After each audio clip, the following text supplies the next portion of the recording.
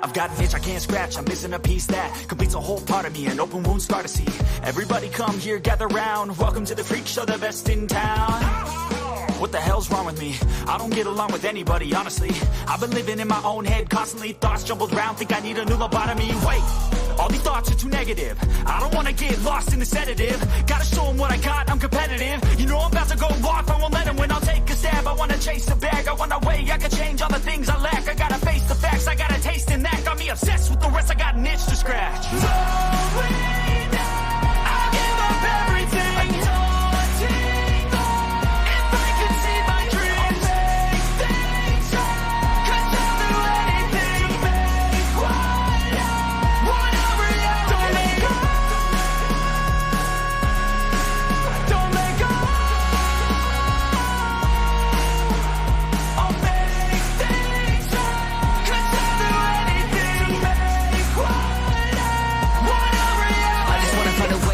The venom in my brain, running from the past, wanna escape my pain. I just wanna be a better person, I deserve this, I just wanna break these chains. I was destined for greatness, true to myself, I never fake it. Seen too many once, I just so they get famous. And when I say the truth, most really can't take it. In spite of everything I've been through, I'ma make it. Fake friends, but on my downfall is toxic. Day one, started the outlaws for profit. Now all I do is write verses, no talking. All I do is put the work in, no option. This was everything I ever wanted, created a legacy off of me just being honest. And the fake ones hate, but it's all to no avail. They wanna see me lose, but you know I never fail.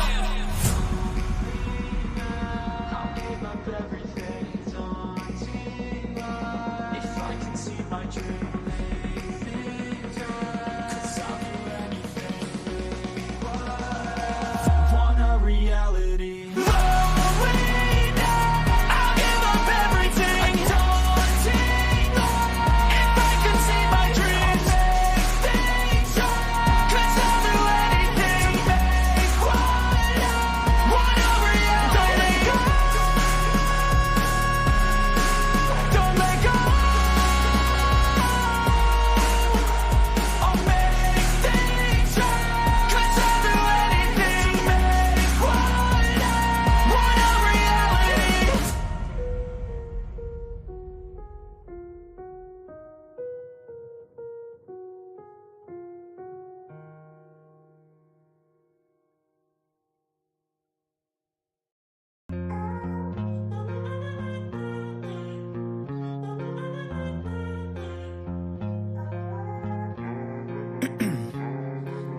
Ice in my veins, I've been driving this train. Years in this lane, there's no stopping this flame. Cause I came to the game and I changed it to play how I like, rearranged it to my own domain. Yeah, I got what it takes, made lots of mistakes, taking shots, skipping breaks, feeling lost, feeling great, popping off, singing straight, never stopped, never changed. All the squad here to play, and I've got something to say, yeah. I work hard each and every day, I get lost in the words I say. I don't push pause, no I push play. I won't stop till I make a change. I withdraw on the things I make. I turn flaws into flawless traits. I build tall, never capped in space. I won't stop till I hear him say, oh, la, la, la, la, la.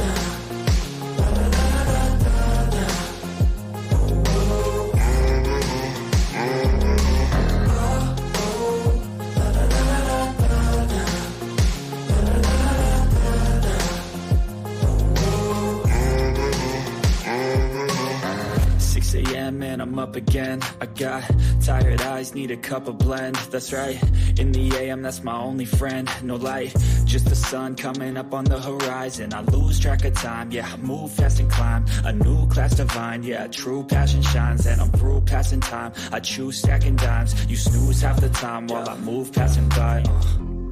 I work hard each and every day, I get lost in the words I say. I don't push pause, no I push play. I won't stop till I make a change. I withdraw on the things I make. I turn flaws into flawless traits. I build tall, never capped in space. I won't stop till I hear him say, oh, oh, la, la, la, la, la.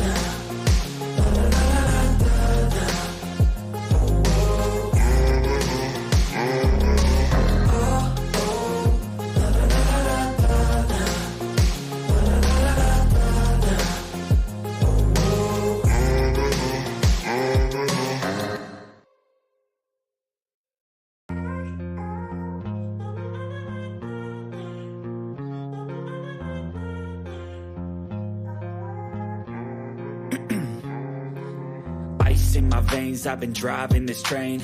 Years in this lane, there's no stopping this flame. Cause I came to the game and I changed it to play how I like, rearranged it to my own domain. Yeah, I got what it takes, made lots of mistakes, taking shots, skipping breaks, feeling lost, feeling great, popping off, singing straight, never stopped, never changed. All the squad here to play, and I've got something to say, yeah. I work hard each and every day, I get lost in the words I say. I don't push pause, no I push play. I won't stop till I make a change. I withdraw on the things I make. I turn flaws into flawless traits. I build tall, never capped in space. I won't stop till I hear him say,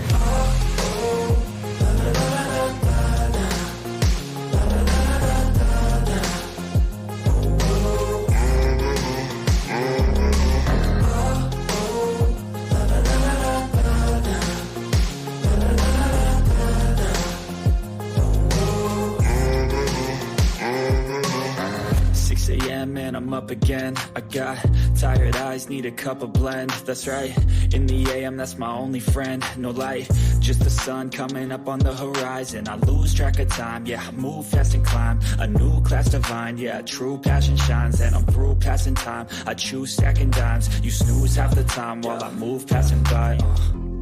I work hard each and every day, I get lost in the words I say. I don't push pause, no I push play. I won't stop till I make a change. I withdraw on the things I make. I turn flaws into flawless traits. I build tall, never capped in space. I won't stop till I hear him say,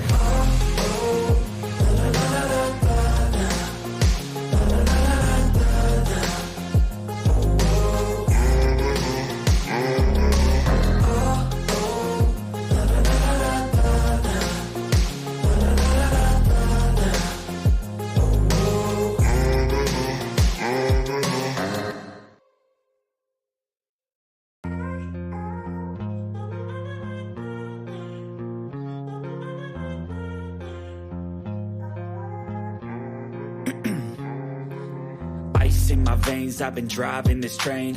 Years in this lane, there's no stopping this flame. Cause I came to the game and I changed it to play how I like, rearranged it to my own domain. Yeah, I got what it takes, made lots of mistakes, taking shots, skipping breaks, feeling lost, feeling great, popping off, singing straight, never stopped, never changed. All the squad here to play, and I've got something to say, yeah. I work hard each and every day, I get lost in the words I say. I don't push pause, no I push play. I won't stop till I make a change. I withdraw on the things I make. I turn flaws into flawless traits. I build tall, never capped in space. I won't stop till I hear him say,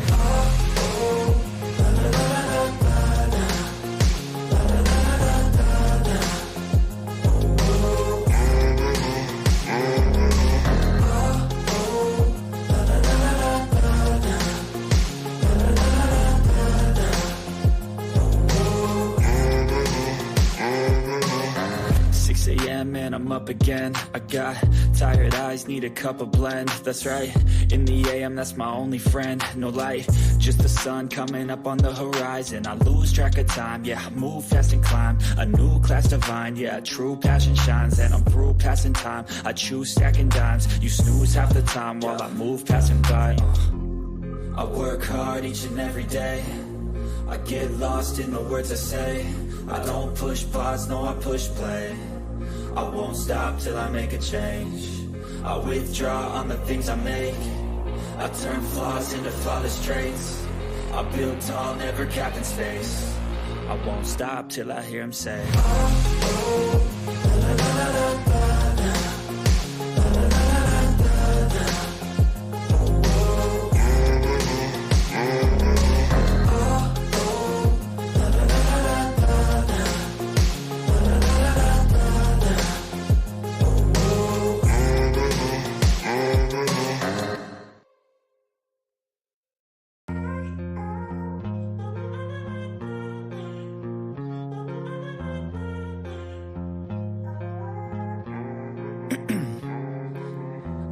in my veins, I've been driving this train. Years in this lane, there's no stopping this flame. Cause I came to the game and I changed it to play how I like, rearranged it to my own domain. Yeah, I got what it takes, made lots of mistakes, taking shots, skipping breaks, feeling lost, feeling great, popping off, singing straight, never stopped, never changed. All the squad here to play, and I've got something to say, yeah.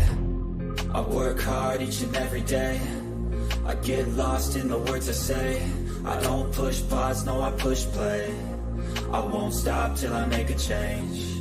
I withdraw on the things I make. I turn flaws into flawless traits. I build tall, never capped in space. I won't stop till I hear him say,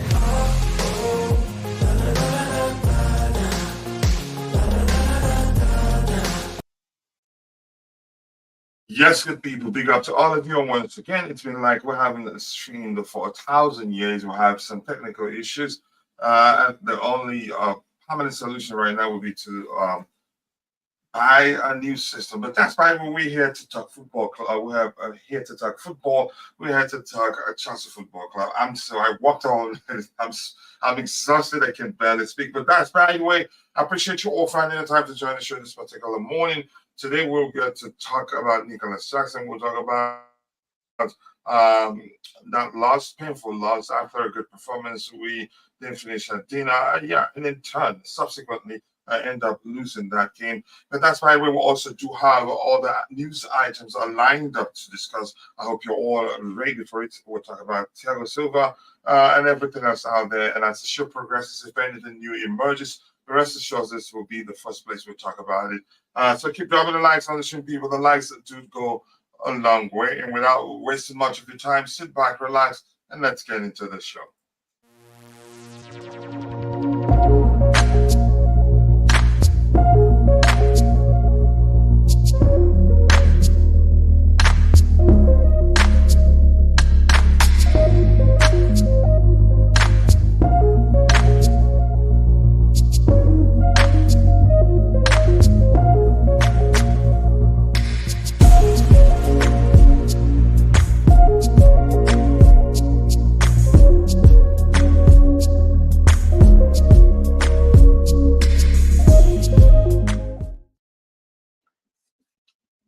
Yes, people, keep dropping the likes on the stream, people. The likes do go a long way. So tired after working all night to sort out the issue that, in all honesty, you could tell.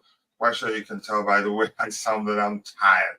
But that's right. Anyway, good morning to you, Jude, the CEO of Chelsea FC Jingles. I appreciate you finding the time to join the show this particular morning for us. Good morning to you too. And sorry I didn't return your call as promised yesterday. I was exhausted because I had to come back home and try to fix the system issues. And Maya, the rapper, is in the house. Morning, coach. Hope you all well. Big up to you too. I appreciate you finding the time to join the show this particular morning. Still disappointed about the result. We all are. If anybody says they're not, except if that person doesn't support Chelsea, it was painful because it was there for the taking. We could have won had we been clinical in front of goal. Unfortunately, but we'll look at that game, we'll look at the statistics and see what we can learn from it. But unfortunately, I think the outcome has led to Nicholas Jackson being abused online unnecessarily, in my opinion. And I'd say what I said, the abuse is driven, you can say, by the narrative of Chelsea content creators who led the title of their respective match reviews or reactions by pointing fingers at Nicholas Jackson as the sole reason why we lost that game. I do not want to even get into the argument or discussion as to why we lost the game because I'll be adding fuel to fire given the abuse that Nicholas Jackson is receiving unnecessarily without grounds, maybe, for lack of a better language there. Keep dropping the likes on the stream, people. The likes do go a long way. And yes, I do agree with you. It was painful, in all honesty. And Crazy E, wow. I haven't seen you for like 1,000 years, bro. I hope you're doing well. And I appreciate you.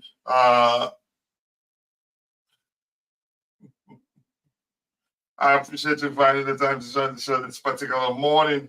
I hope it's been a minute. I hope the case has actually been busy and that anything has happened on your end. But I appreciate you finding the time to join the show this particular morning. And Maya is saying, where to next, coach? Because I don't know about the future of Chelsea. I'm not concerned. And at the start of the season, I was telling people that I'm not concerned about the future of Chelsea, but I'm concerned about the immediate future of the club, and that's because there will be a lot of there will be I expected again. I did not come into the season expecting us to be perfect, anything close to perfect playing. I didn't expect us to be playing at the same level as Man City, Newcastle United, even Brighton, because we made a lot of changes. So some of the struggles, some of the things we experiencing in terms of how we've struggled, yeah, to me, are things that I knew from time that they will happen to us. Given the fact that we made a lot of changes, that we have a very young squad, a very inexperienced squad, which means what's the language I'm looking for? Boy, I'm still tired. Which means that inconsistency will be a certainty, and yeah, I'm glad. I didn't come into the season expecting us to be ripping trees, for lack of a better language there.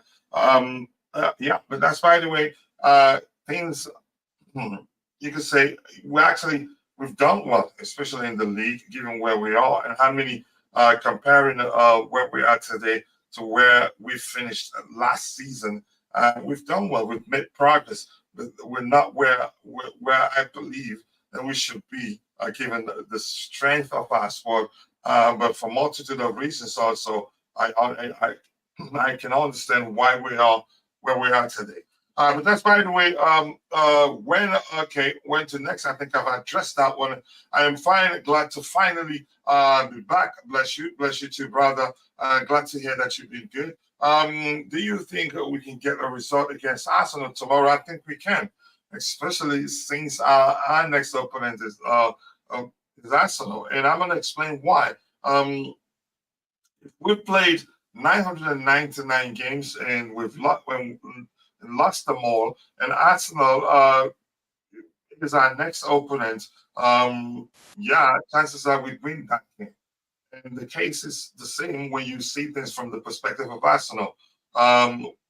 It's a different ball game whenever we play against them, and it's the same for them. Whenever they play us, it's different.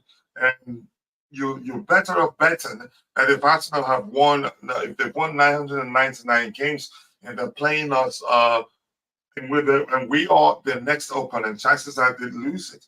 And the case is vice versa too. But that's just me. You could argue definitely being superstitious, or maybe you can back your argument with the law of averages. But I'm not going to hold my breath on that. We'll see. I think we're capable of beating them. We can beat them. The question now is, will we beat them? And that's the question we should be asking. The question the players should answer on that thing. Everything comes down to the mentality of the players. I don't know, but we'll see. The Piwa Tenaro, nice to see you. I hope you're doing well. Morning. The players did put up a good performance. They did well. I think we did everything right, except to take our chances on the day. And if you don't score goals, you don't win games. I'm not sure what else to say. I was pained that much that I didn't feel like talking the next day. The system issues helped me with an excuse as to why, the show didn't hold on that thing. But despite the way, I see a lot of people must have said Terry is the latest Hall of Famer. Congratulations to him. Yeah, congratulations to John Terry. It's one of the two players latest inductees into the Premier League's Hall of Fame. Well deserved. I've been waiting for his to happen. But that's why we'll pick up the Pluto for game. Nice to see you. As you can see, I'm losing my voice already. Probably because you see how busy I've been trying to get the system to work as a temporary solution with a plan to buy an entirely new system to ensure that such issues do not repeat in the future. I knew this was going to come from you because I saw, I read your ex post, knowing that you still be in the same mindset to say the sort of things, the sort of thing you're saying right now. In all honesty, I refuse to blame any individual for our loss on the day, and I've refused to watch the game a second time. I actually didn't watch it live for personal reasons. But after that, I haven't watched it again. I think I need to watch it even more, if with the priority to figure out what really went wrong. Because I refuse to agree that Jackson's misses are the reasons why we didn't win that game. But that's, by the way, let's see. This says from the Bluetooth game saying Poch it's a coward. Don't blame the players. And did anyone think that Jackson will be clinical? No. Okay, you answered the question there. Poch knows this. So why didn't he use the Everton setup? Pep was scared. You should see it. What's that final word? The bottle job idiots. Listen, whether you think Pep was scared or not, I get it. Jackson missed 4 chances in total. But beyond that, the truth remains, you could argue as a team, we didn't do enough to win that game. Since Jackson was the only one that missed the chances on the day, clearly we didn't create enough chances that some of them fell to the more clinical players we had on the team on the day, if that makes sense. So, but I really want to move on to that. And in a bit, I will share the link in the comment section so that if you have anything to come onto the panel and talk about, you do that yourself. As you can see, I'm losing my voice. All right, good day to you too, Supreme Court. It's nice to see you. The abuse of Jackson has been distasteful. I agree. Apparently, abuse is a new form of criticism. The worst thing is big accounts on X are promoting it on their respective platforms. And I'm going to say that something I said on X. I think the abuse is driven mainly by big accounts. I'll give you a more specific example. Content creators who the respective titles are for their match reviews, all preceded by finger pointing at Nicholas Jackson. And I think they underestimate the power of the followers, the number of followers they have. And now I'm seeing some of them saying that abuse is unwarranted and all that. Maybe they should have been a bit cautious in terms of the sort of title that they use for their respective match reviews, in my opinion. Very well said there, a crazy E, and I appreciate you saying that. This is saying that, do you know any news about Silva's new contract? We'll get to that in a bit. We'll talk about it. Pochettino's best boy, Jackson, has been letting us down from day one. I'm surprised why Poch cannot hunt for a better alternative because Jackson has failed abysmally. Wow. Okay, is that abysmally? I'm not sure. I've used that word before. It's just a big joke at Chelsea how Jackson is the only first-team striker at the club. Heads must roll from the board. Interesting. I'm struggling to read what you guys have on the screen there. As I said, I'm going to share the link to the stream in a few seconds there, so that if you want to come on and express how you feel about, you can tell us why you think we lost that game against Manchester City. It was there for the taking. I agree, but I don't agree. I do not agree that Nicholas Jackson was the sole reason why we lost that game. There are other issues that I think it was easy to just say it. That we could have won had he taken all his chances. I don't want to get into that argument, but I think the abuse is unwarranted, and I don't blame people too much given that. You can say that abuse in itself is driven by big accounts. And the Bluetooth again is saying, Coach, I don't care if we beat Arsenal.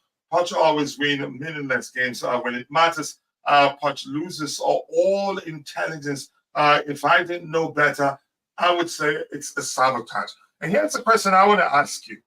Before the game, you were confident that we're definitely beating them, right? And you can argue, in all honesty, as much as I don't want to start blaming, you say, you said joining the Nicholas Jackson abuse gang. The question I want to ask you: you haven't said what you believe that he could have done differently to impact the game in a direction that could have led to us winning the game. You haven't said that, and I want to hear that from you. What do you think that he could have done differently? And I haven't come to that conclusion myself. That's because I haven't rewatched the game a second time. But I must say that Enzo shouldn't have started that game. And we did discuss that at length during the pregame show. He shouldn't have started the game, first of all. And I did say on that day that if I were the manager, that I'd go for the lineup, the same lineup that played against Everton. That's because he was effective. I don't know. And people were still people were arguing at the time that we were that good because Everton was poor on the day. And I told them, no, we were so good that Everton did come across as poor to a lot of people. They were not admiring how well we played on today. And had we come with the same structure, the same 11, I think maybe the outcome by now we'll be discussing a different outcome. But that's just me. I need to watch the game again. But my point is, if you want to say that the manager, he was the reason why we lost that game, I'd like you to say what you believe that he could have done differently to win that game. And I'm waiting. I know probably you have something in mind, but I'd like to see it. So yeah, keep dropping the likes on the stream, people. The likes do go a long way. It's going to be a slow one today, and given the pattern of what usually happens when the show is postponed more than twice, more than once without changing the title around and everything, and I didn't have the time to do that. But that's right away. Let's see. He says, Coach, this 2024 team is finally balanced. One slight adjustment could have thrown the whole team off, but when we get it right, I can see that. Let me see that again. This screen is much better. The other one is smaller. Let me see. Yep, but when we get it right, we beat Everton 6-0. Poch is literally playing guessing games with a selection of prizes. I'm guessing that's what you're saying there. Sorry for remixing your comment there. In all honesty, if I were the manager, would have gone with a lineup that played against Everton without changing a single player, in my opinion. But we get to that in a bit. Using the Everton setup to take City wouldn't help Jackson. Put the ball in the back of the net. It ends Everton. Here's the thing. That brings us to the argument that no matter how you see it, irrespective of your, you can say what you believe is the reason why, what's the reason why we lost against City, the fact that the argument will always come back to the fact that we weren't clinical. Even, yeah, the chances, all the chances we had on the day fell to one man, and I can still remember Jude, the CEO of GFC, Chelsea FC Jinx, saying the chances all fell to the wrong man on today. Yes, and I get your argument. But there are things also, in my opinion, one of them being I still have to watch the game again to pay attention solely on things that we did right and things we didn't do right. We played well, argue, we dominated them, but at the same time, it's important to recognize everything wasn't done correctly. But in all honesty, it still brings us back to the argument that Jackson being clinical, yeah, we'd be discussing a different outcome right now. Yeah, that doesn't mean everything else was perfect on the day. But that's, by the way, in the Bluetooth game saying there was blood in the water. Poch could not smell it.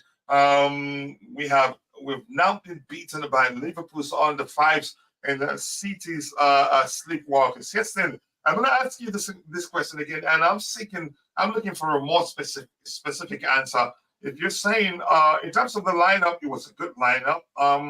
But if you're saying that he could have done things differently on the day, I want you to be more specific Maybe you said one of you been specific a bit by saying that he could have gone with the same setup and the same lineup that we used against Everton. But I need more. I honestly do need to hear more from you. Thank you guys for 18 likes, but I strongly believe we can do what more better or much better than 18 likes. And quickly, I want to appeal to those of you who are watching, but for one reason or the other, you're not able to participate in the chat. Just know that we appreciate you. But yeah, I want to ask you for one favor, one tiny bitty favor, which is to take a second and drop a like on the stream for us to help us garner more likes and in turn get the YouTube algorithm to push the stream to more people who'd be interested in the topics we have lined up here. Anything else to address? Say yes. Get the heck out of here. I'm not saying that. Let's see what we have here. For me, this is for me.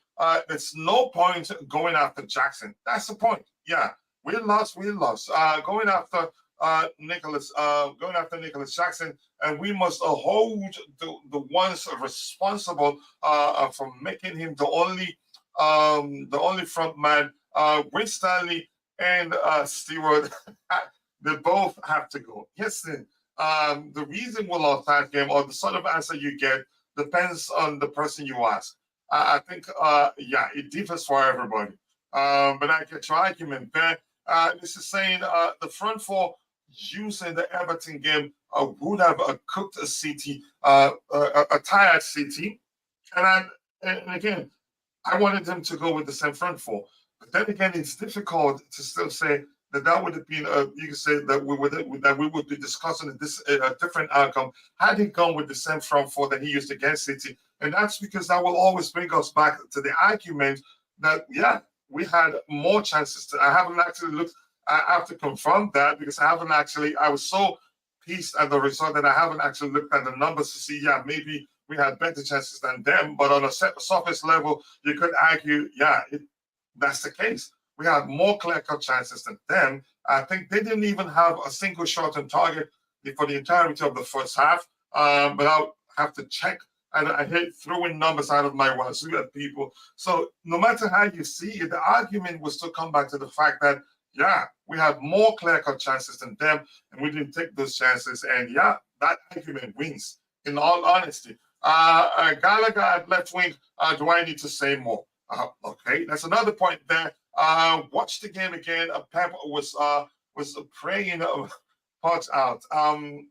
That game was. I'm just going to leave it at that. Game was there for the taking. I need to rewatch it for a second time, and then pay attention to the numbers and all that. Pochettino will get blamed for this naturally.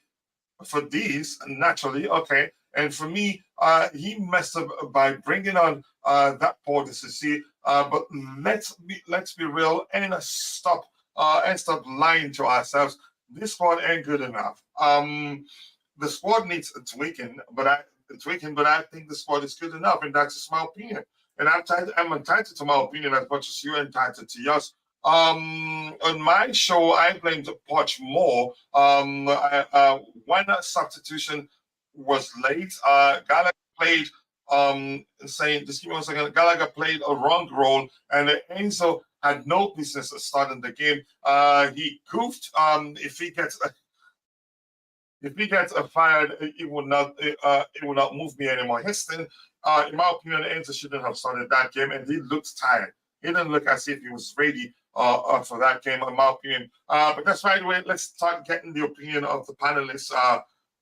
It sounded like as if I'm going to lose my voice, and I don't want to do that because I have, I must say, a speaking event to attend. Yeah, but that's right. Let's hear you. What do you make of our performance on the day? For me, I think we played well. As usual, yeah, we didn't take our chances. And when you don't score goals, you don't win games. But let's hear you from your perspective. Maybe let me just say your review of the game. Let's hear you, JC, and thank you for joining the panel. Hey, Coach. Hello. Hi. Do you hear me, Coach? Yeah, Crystal Clay, go ahead. Let's hear you. Hi. Hello. Hi, Roger. I assume it's Roger. Hola. Hola. No, coach, I enjoyed the game. I really like the game, and beautiful and all that. No, like I have a particular liking for a defensive setup to slog it out and then hit on the counter, like those kind of games with Mourinho, Conte. They used to play like it's like stealing the win from the defeat. So, and we nearly did that. So no, I enjoyed the game. To be honest, I enjoyed the game. And okay, I mean the misses were there. There were three misses.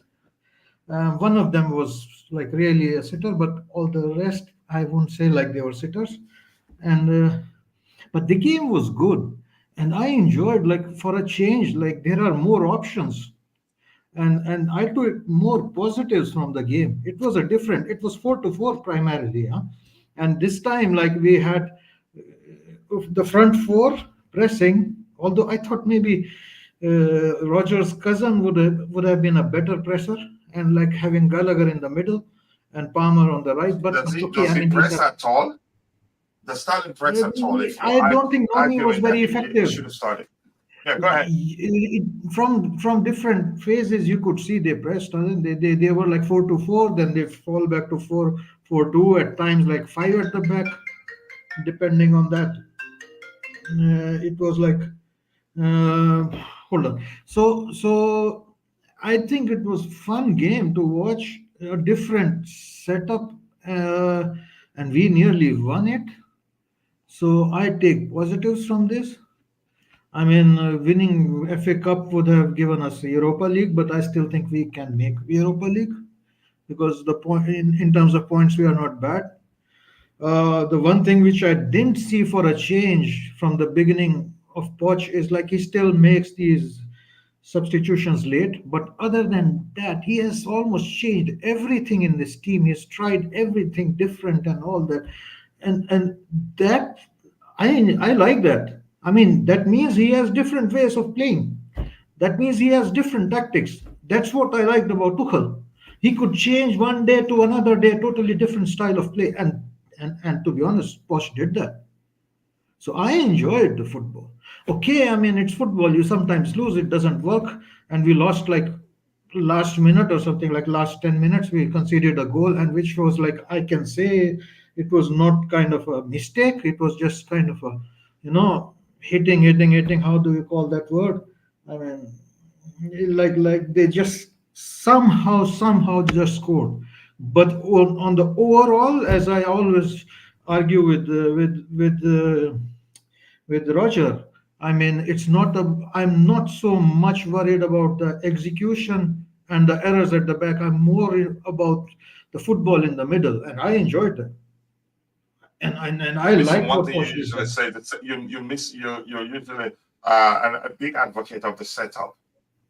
Yeah, and the results will come. I mean, sometimes execution will not work, but how long will it be? We will see. Sometimes we will make errors, but there were no errors. Chalobah had a fantastic, but the setup was also helping him. And one more thing I would say is people like saying Jackson is bad. Most of those chances were created by Jackson. I'm cool about him. I mean, he created those chances. I mean, I don't see Manchester City fans saying Akanji is rubbish and all that. He cooked Akanji. So- and, It's right. and Yeah, I think and I agree. That's a good observation. Most of the chances he had, except for I think the cross, and he headed straight into the hands of Edson. The other chances were, you could say, solo runs and all that. Him dragging them. yeah, I will watch it he, again to pay he he attention to it. But bullied. go ahead. He was bullying, he was holding the ball, he was turning, he was running at them. All the good things you see in a forward. I mean, I saw in that. Then another thing people have been like saying Enzo. In the last game I said like against Everton, they don't put the ball on the carpet in the midfield and play around. So don't judge our midfield based on playing against Everton. And in my inner thoughts I was thinking next game against City it will be different. So we will see in the next game, and most likely Enzo comes back and then he will be like criticized for like, oh, look at the last game and look at this game. Enzo is the problem. Last game was Everton. This game was City. Look at how Caicedo did. Did Caicedo perform the same level as he did against Everton? No, because we are playing in the midfield of City against the midfield of City. Enzo was fine. Enzo had a good game, same as Caicedo. I don't It think was I beg to disagree. I beg to differ there. I don't think Enzo had a good game. I think he was poor. That's not me saying that Enzo is a bad player. No, but In all okay. honesty, I think he was poor on the day. No, I don't agree. I totally disagree. If you're looking at 5 Would seconds you clip, agree? How if if you I look at phrase it 5 this way, second clip, he if wasn't you as good look as at usual. let me Yeah, he interrupt, was. coach. You try Go ahead. to Go not ahead. listen. You also like try to somehow interrupt. Enzo had a fantastic game when he has in front of him not a traditional winger, but a guy like Gallagher who's more interested, who's tactically asked to more like press and control. Yes, it is a different kind of a setup, and Enzo was supposed to be more defensively disciplined, and he was that. He was there. And if there are some 5 second clips, like where a back heel of Jackson didn't end up with Enzo, and then Enzo is having a long communication with the Jackson to see like how we go forward, moving ahead. No, Enzo had a good game, same as Caicedo. They were on the same levels. Absolutely, All you right. can Okay. argue Caicedo already also had a bad game, but we were playing against City and we were playing in a defensive setup. So We look have at played what we against were City playing and before what and job played we were really, really supposed to well with do. the two midfielders there. My point is, Enzo wasn't as good. If you think he was good, he was not as good as he can be. Enzo looks tired. By the way, This is in my very opinion, arbitrary statement. What do you mean Enzo can be as good as he can be? If I ask Enzo to be a goalkeeper, will he be a good goalkeeper? No. He was listen asked to to do a me. job. He Okay, did a then job.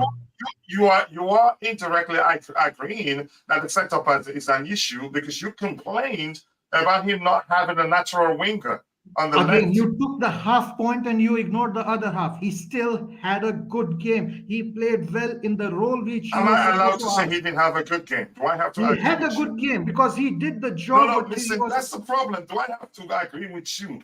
Coach, I don't okay, have let to. me complete my example. If I ask Enzo to be a goalkeeper and he still does a good goalkeeping job, then it is very well. He said like he had a good job, a good game. Enzo was asked to do a job and he did it well. He had a good game. All right, let's hear someone else. I heard you repeat, but I disagree. Enzo had a bad game yesterday, in my opinion. No, it's a He narrative was which is like tired. One, he nonsense. wasn't as effective as usual, and he was he played There as is one of the two okay. sixes. Then let me ask you a question. What is the And usual and way? all the reason why. Can I talk? Okay, go ahead. When you finish, let me know. Coach, you are again like you interrupted also, so I'm sorry, but okay. You are saying as Enzo was not as good as usual because to eye it looks not like usual. This is not a usual setup. It was a different setup, and there is no I can usual understand setup. that. And there They is had no none of the usual ball. setup. So eye test, which you are looking at, is I'm trying to explain is not valid. He had a good game. I'm going to say this again. Am I allowed to disagree with you? And I disagree with you. And in all honesty, you Of can't course. change that now. He was practically, in my opinion, he was ineffectual. I get it. Casado was too, but I expected more from him. And he wasn't that, which was why he was taken off in the first place in the 88th minute. For me, it was too late, actually. He shouldn't have stayed that long on the pitch. He looked tired. No, okay. Can I ask you something? Beyond What more? What more do trying you to convince me. expected? Can I talk now? No, my question is, you said you expected from him more. Can you describe what more he was supposed to do? I don't know how to explain it to you. And No, I don't but believe can what you you explain explained. to everybody what more was he supposed to do? It was tasked to be more defensive. No, we were forced to be more defensive because of the way City play overall, not a single individual's fault. My point is, yes, So no what matter was how you Enzo see it, supposed to do? even My if you question, I repeat. listen, do you agree with my point? We're actually agreeing, but it looks like No, it's your assumption. No, can I finish, please? Or if you're still talking, I'll let you talk. When you're done, I'll talk. My point is you're still bent on finding a way to say that we disagree. We agree on one thing, and so He wasn't as effective as usual. You are making excuses for him, or you're justifying why he wasn't as effective as usual. What's the Can I difference? say? We all Can I say? agree. Now, listen, we have one thing in common. We all agree that We he have wasn't nothing as in effectual. common. Can I finish? You said you're trying to explain, justify why Enzo wasn't as effective as usual. That's because he was taxed to No, be more I'm not defensive. saying Was he that was what you not said? effective. I'm not saying he was not effective. He was very effective. He He had a wasn't very fantastic effective. game. He Yes, wasn't he had very a effective. fantastic game. That wasn't a fantastic game, in my opinion. Can I talk now? You're done talking. So that's why I So asked you, if you're what arguing, more did you're you trying to expect from explain to him? me. Hold on. You're trying to explain to me that the reason why I was seeing it the way I was seeing it, you use an analogy saying if Pochettino asked him to go be a goalkeeper, that he will not play as Enzo used to be. So I'm not sure why you're saying Coach, we you're don't not paying agree, attention that to we my both did not question. agree that he wasn't as effective as usual. Coach, no, he was very effective. You are not paying attention to my question. My question is, you can't even describe what more was expected of him. We had a setup, a strategical and tactical setup, and he was fantastic in that. Now, you can't even explain what more you think he should have done. So, why are you criticizing him? Can I interject, gentlemen, Go ahead. if Go I ahead, may? President. Go ahead. Hello to hola to everyone, by the way. Hello to you too, Roger. In the chat. Listen, gentlemen, I think it's irrelevant, to be honest with you, and this is why I say this, because we played, in my opinion, I think the best team in Europe, and the reason why I say that is because they bossed both games against Real Madrid, and yeah, they lost, but not always the best team wins. I think they're, well, at least I think we can all safely agree they're one of the top teams in Europe. And I think we played them exceptionally well. Yes, on a neutral ground, no doubt about it.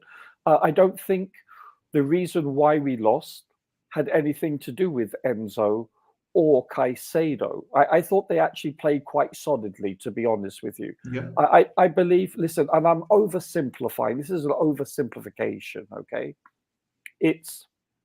We, for the most part, really reduced and eradicated our defensive errors, but we had opportunities to score. Yeah. And we were not clinical. Now, on FotMob, I've noticed this. They don't really give very accurate or updated info, especially with big chances missed when it comes to non-Premier League games, by the way. And that's the only league I look at. Whenever they do the League Cup games or the FA Cup games, the stats are very, I don't find them accurate at all. But anyway, like for instance, when Jackson had that chance to lob the keeper when he was 1-on-1 for all intents and purposes, because he didn't pull the trigger, that's not considered a big miss, which I find quite humorous, because that was a big miss. Listen, we praise Jackson when he plays well, just like we do any player. Like for instance, Party, and he deserves, as the expression goes, he deserves his flowers. But he's going to come. There's a time will come where he'll be out of form and play poorly, and he should be criticised constructively when that's the case. Hopefully, that won't be for many a moon. But I think if we're going to give Jackson credit when it's due, I think we could also criticize him constructively when it's warranted. And he had several occasions where he should have pulled the trigger. The glaring one to me was the header, when you're 3 to 4 yards from the goal line and you miss a point blank range. I don't see Olivier Giroud missing that. I don't see a Pedro missing that. I don't see, a Palmer missing that header. I don't see anyone that's competent, aerially speaking. And I'm going to say this politely, but aerially, I find him technically inept. Has he scored headers with his goal? Yes, but he didn't shall we say, use his neck muscles to guide the ball like a Silva does or a JT does. He just basically, it was a reactionary on the forehead. He's not a number 9. Listen, he's 22. He's a fetus. And did he have a bad game? Does every player that's ever played this game have bad days at the office? Of course they do. They're human. Otherwise, they would be, well, superhuman. And that's obviously, no one is that. We're all human. Even the best players in the world have bad games that makes them look like they've never even kicked a ball before. So putting that into perspective and giving him that benefit of the doubt, listen, he could be a Ballon d'Or nominee and a Ballon d'Or winner in the future. I'm not saying he can't be good, but currently he has been, on occasion, very inconsistent, especially aerially. And this is what's, this is very reminiscent. This is very typical of a youthful player and a youthful team. And you win 6-0 one week, and then 3-4 days later, 5 technically, you miss open opportunities. I forget the gentleman's name on the BBC. He's the all-time leading, Alan Shearer. He said that he missed multiple sitters. And this is coming from a very clinical player. So when you listen to a great, in my opinion, say that he missed sitters, I would have to concur, because the gentleman knows this subtle art form. And so I don't want to put the blame just solely on Jackson, because that would be disingenuous at times, but we must be accurate here and admit the fact that he did indeed miss multiple sitters. We take at least one of those opportunities, we go into overtime, or if we take multiple. Story of our season, 1 week we're great. By the way, I'm talking about halves. Most of the time we don't even string consecutive halves together in a positive way. So if I have to put something, if I have to describe why we didn't succeed against them, honestly, it's not the coaching, it's not the midfield, it's not the goalkeeping, it's not the defense. They had 0 big chances missed, by the way. I'm talking about Man City, at least according to the stats. We did, and I believe we had multiple. And you can't. They have 0 chances. They have 1. Yeah. I think they missed 1. Well, I don't know. I've seen stats that show that they it had didn't 0. miss any. They didn't miss any. We missed 1. Yeah, we Go did. ahead. Yeah, and I disagree with the 1 because of Jackson didn't pull the trigger when he was 1-on-1 with the keeper, because he actually, what he did, he was passing it back. He should have pulled the trigger, at least tried to chip the keeper. The If you look at it, the space was there. Yeah, the goalkeeper was in no man's land. I mean, yes, was it probably when you're running? I get it. Listen, he's human. I have no problem. He's obviously, shall we say, not confident. He didn't look confident when he was playing, and that happens. It happens to the greatest, and I mean that term "great" is used way too often. I'm talking about the Pelés, the Beckenbauers, etc., etc. We're talking about the best of the best have bad days. I don't have a problem with that, but it's quite consistent why we are where we are in the league, and why we didn't advance is because we didn't take our chances. And it's just the honest truth. Point. Something else I have to say quickly is this, Roger. I think it was when it gets to a certain number, it becomes an issue. I'm not for any reason. Again, I'm not. I don't think it is okay that the fans are abusing him. No, of course not. Exactly. No, so yeah, when you miss as many chances as he missed in one game, it becomes an issue. Yeah, listen, I don't pay attention to social media, etc. I just don't. I was born and brought up without it, and I'm not big into it. I'm just not. It's just maybe I'm old-fashioned. I'm not exactly a teenager, but I don't pay attention to that. Listen, I remember when England missed the penalty kicks, and you had a couple of young English players that missed the penalty kicks, as we normally do, which is our tradition. There was apparently an avalanche of abuse, a lot of it racist. It's, you know what?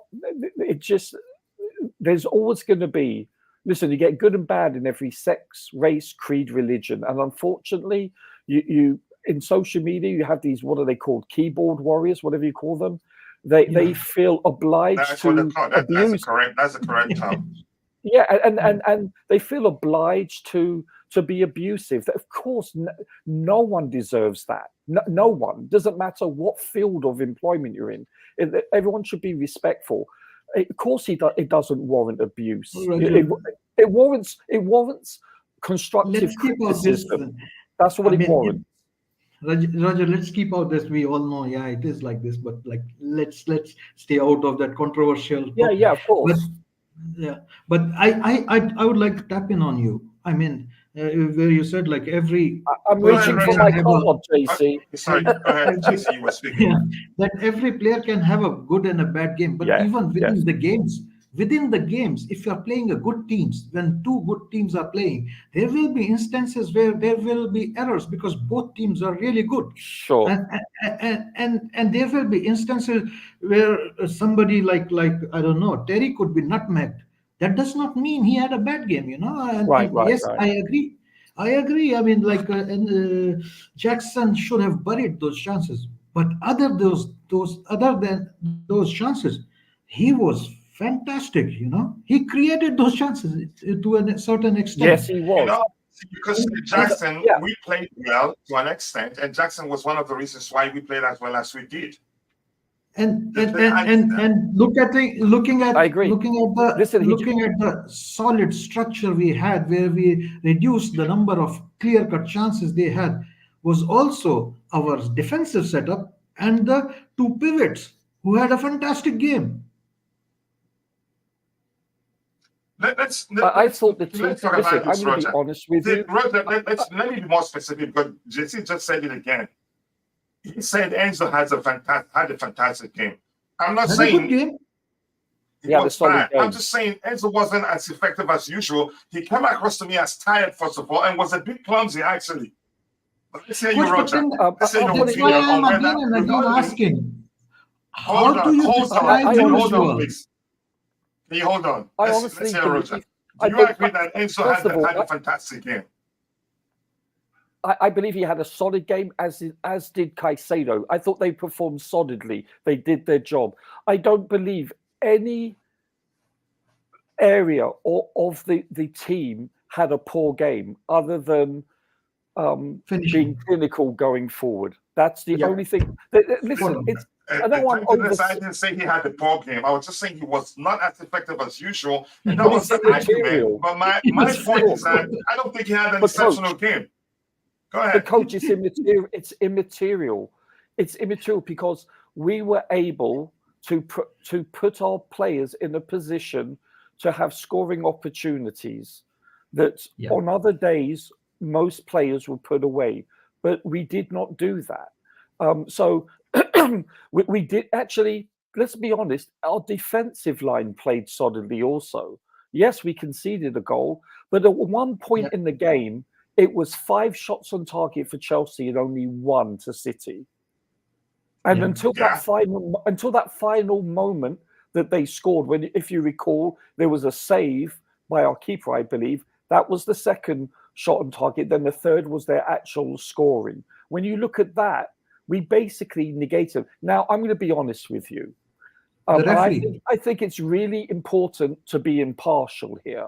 But I believe that we were fortuitous to catch City on an off day because they only played 72 hours before, plus they had a travel time. And so let's be honest, we were lucky that we had 48 hours extra. Now, were we missing players compared to them? Yes, we were. Put everything into context, you know. But we listen, they had a bad day at the office, and one might say it's because we played well, which we did, and we were. But the end all be all was one reason: we didn't take our chances. And I'm listen, as I said, Jackson, he did play solidly, and he did create a lot of. He made wonderful runs. He linked up. He did quite a few things very well. However, I'm sorry, you missed that 3-yard header. Yeah. But Roger, for a change, This was a Yeah, game where we did not contribute to it becoming a basketball game. We were rock yeah, solid in our defensive structure first, and then looking at opportunities to score. Now obviously there will not be like a basketball game opportunities, and the few opportunities we had we didn't score, so that are the fine margins. But I am happy, what I'm trying to say is I'm happy I very looked at a fine. different strategy, I looked at a different structure, so Poch has it in him, so I admire that, I look at it as a positive. So when I, Posh I, does I something shows something different, and which is working against one of the best teams in Europe, and I have to give him flowers for that as well. I'm watching the game while we're talking, gentlemen, for the third time. I believe, let's say, we'll never know. This is a hypothetical, and since I haven't invented a time machine to go back, we can only assume it's irrelevant whether we played the same team that we did against Everton or not. It's because we may have lost 5-0. We could have won 5-0. We'll never know. All I do know is that what we did do, based on the formation, the player selection, etc., we created enough opportunities to win the game. And that's just not my opinion. That's the general consensus Yeah, that's true. That's a with fact. everyone and Yeah, their mother. Roger, I agree with you. Roger, there's something you didn't answer. Oh, I'm Listen, sorry. JC is just always fine. Just wants us to disagree, and that's a good thing. We don't have to agree. I do not agree that Enzo had an exceptional game, at most a solid game. He wasn't as effective as usual. We're being That's my pedantic. point. We're But you being. are What trying sort of to game did you stick watch to that a you're telling me point. he had an exceptional game?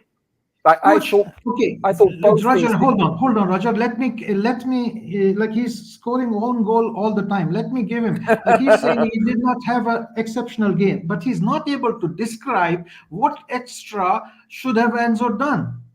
I don't It's a, know. Enzo, what was No, required was I'm give not it going to to give you that. perfection. But his performance on that day did not measure his usual performance on the pitch. He wasn't as effective as usual. It's but simple.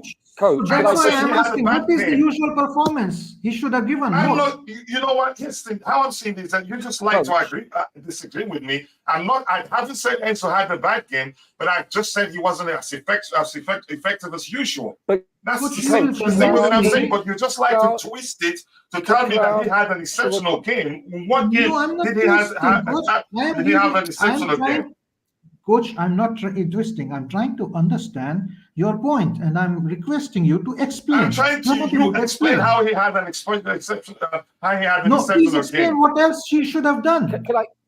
as per usual, as you say. Hey, gentlemen, can I interject, please? I honestly think. Listen, you're both entitled to your both opinions. Of course, you are. It's a free world, right? Well, theoretically, but it's irrelevant in my opinion because had listen, it's irrelevant because of the fact that I believe this game, which is, you're right, Mitchie, and you say it often, at this level of sportsmanship, professionalism, these games are decided by exceptionally fine margins. And I don't believe that either one of our sitting midfielders was pertinent to us losing. I thought they played solidly, coach. I really did. Yeah. There wasn't anything that was I glaring, agree.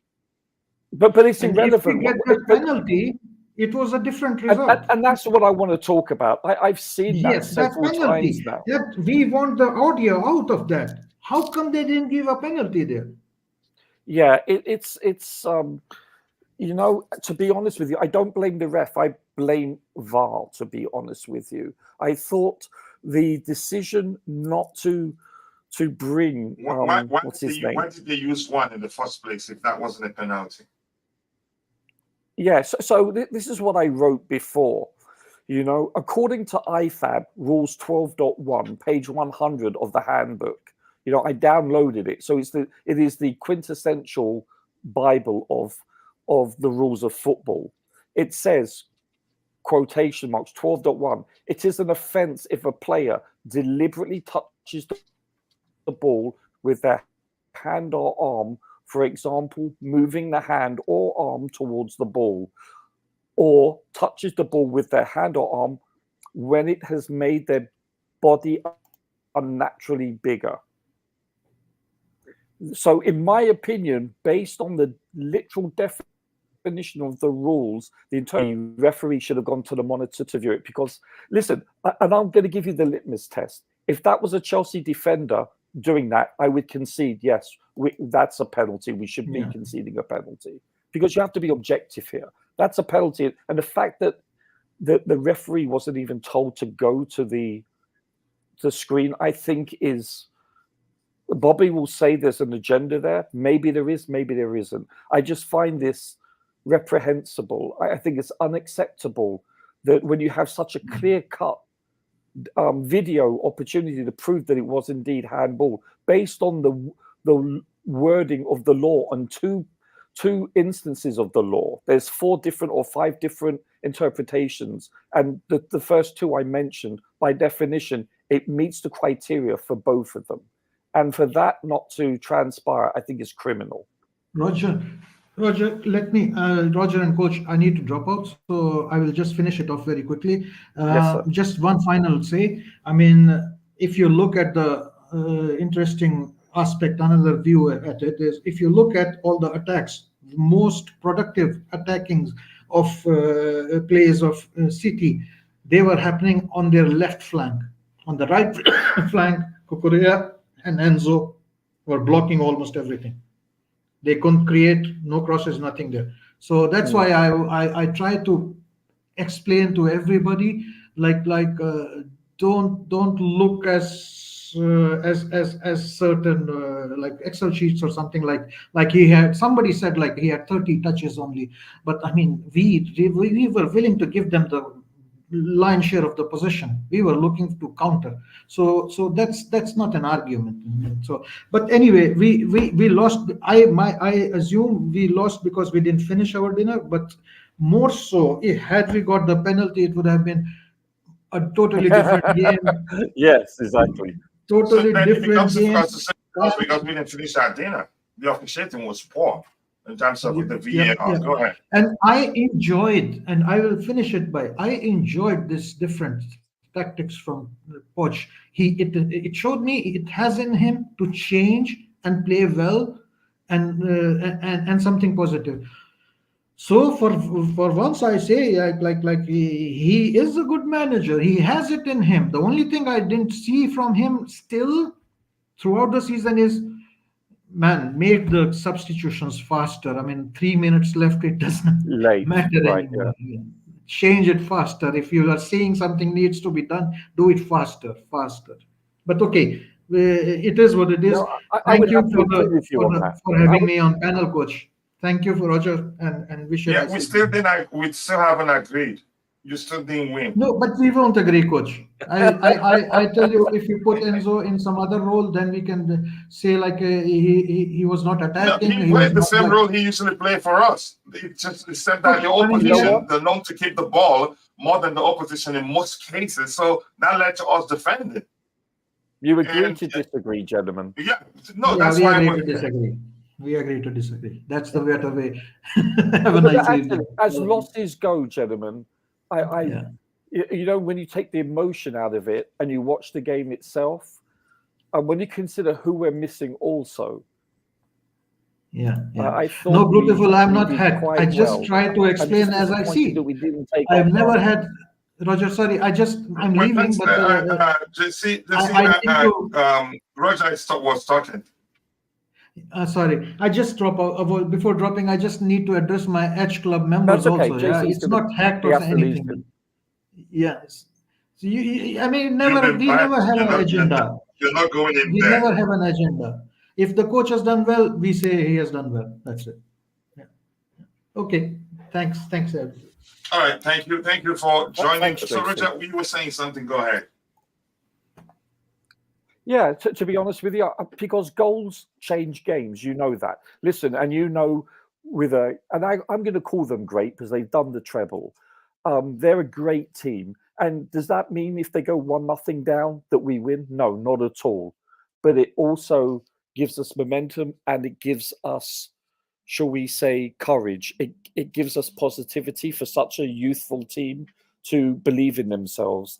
And the confidence would be quite positive in that regard. It will be exuberant, and I'm pretty sure that we, at the very least, would have taken them to extra time. At the very least, had we been given that penalty. And guess what?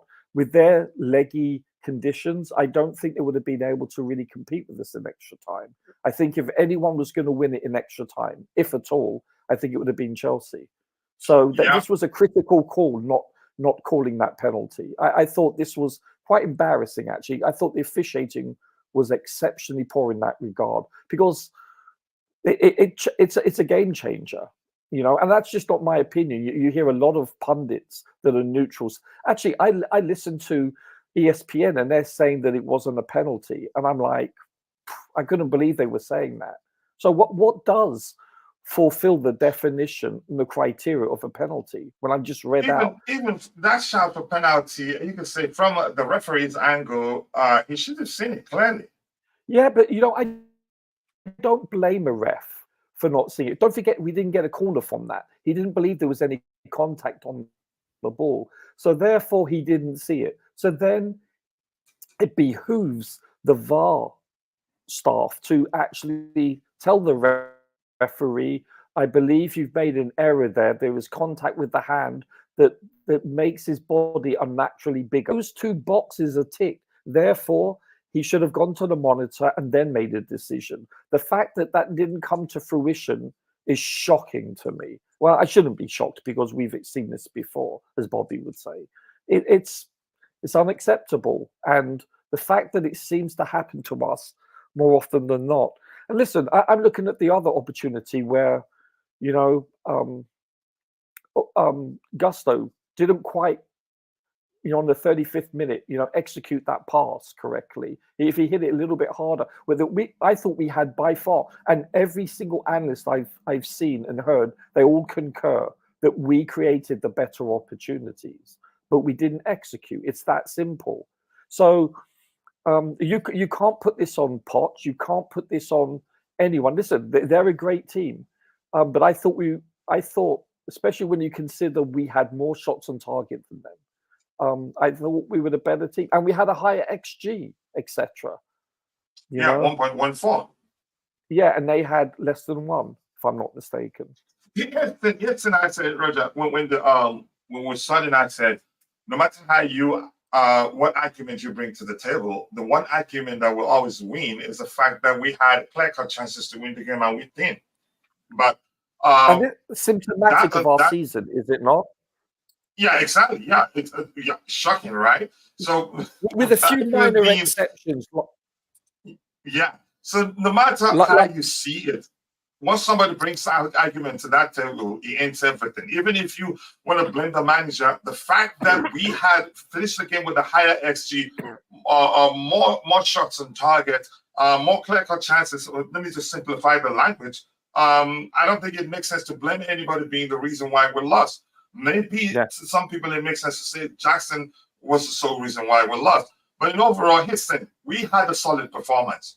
But that's not to say any particular player was exceptional that yesterday, in my opinion. Yeah. But that's just my argument. We played as a unit. It was effective. Go ahead. I thought. Listen, I thought people like Chalobah, people like Cucurella, etc. I thought they had solid games. I don't think there's one player that we can say had a poor game. Yeah, you can say Jackson missed his opportunities. Yes, he did. But he also made intelligent runs and created a lot of havoc for what I perceive to be one of the best defenses and one of the best teams in the world, or at least Europe. And so I thought, yes, I know it's a hollow victory for me to say this, but we played well. But we played well in a losing game, as Bobby would say, and which isn't good enough. But guess what, though? Had we taken our opportunities, at least half of them, and had we been given, the opportunity to take a penalty that was warranted, then I believe you could say that we're probably playing at Wembley in the final. I think that's a safe assumption.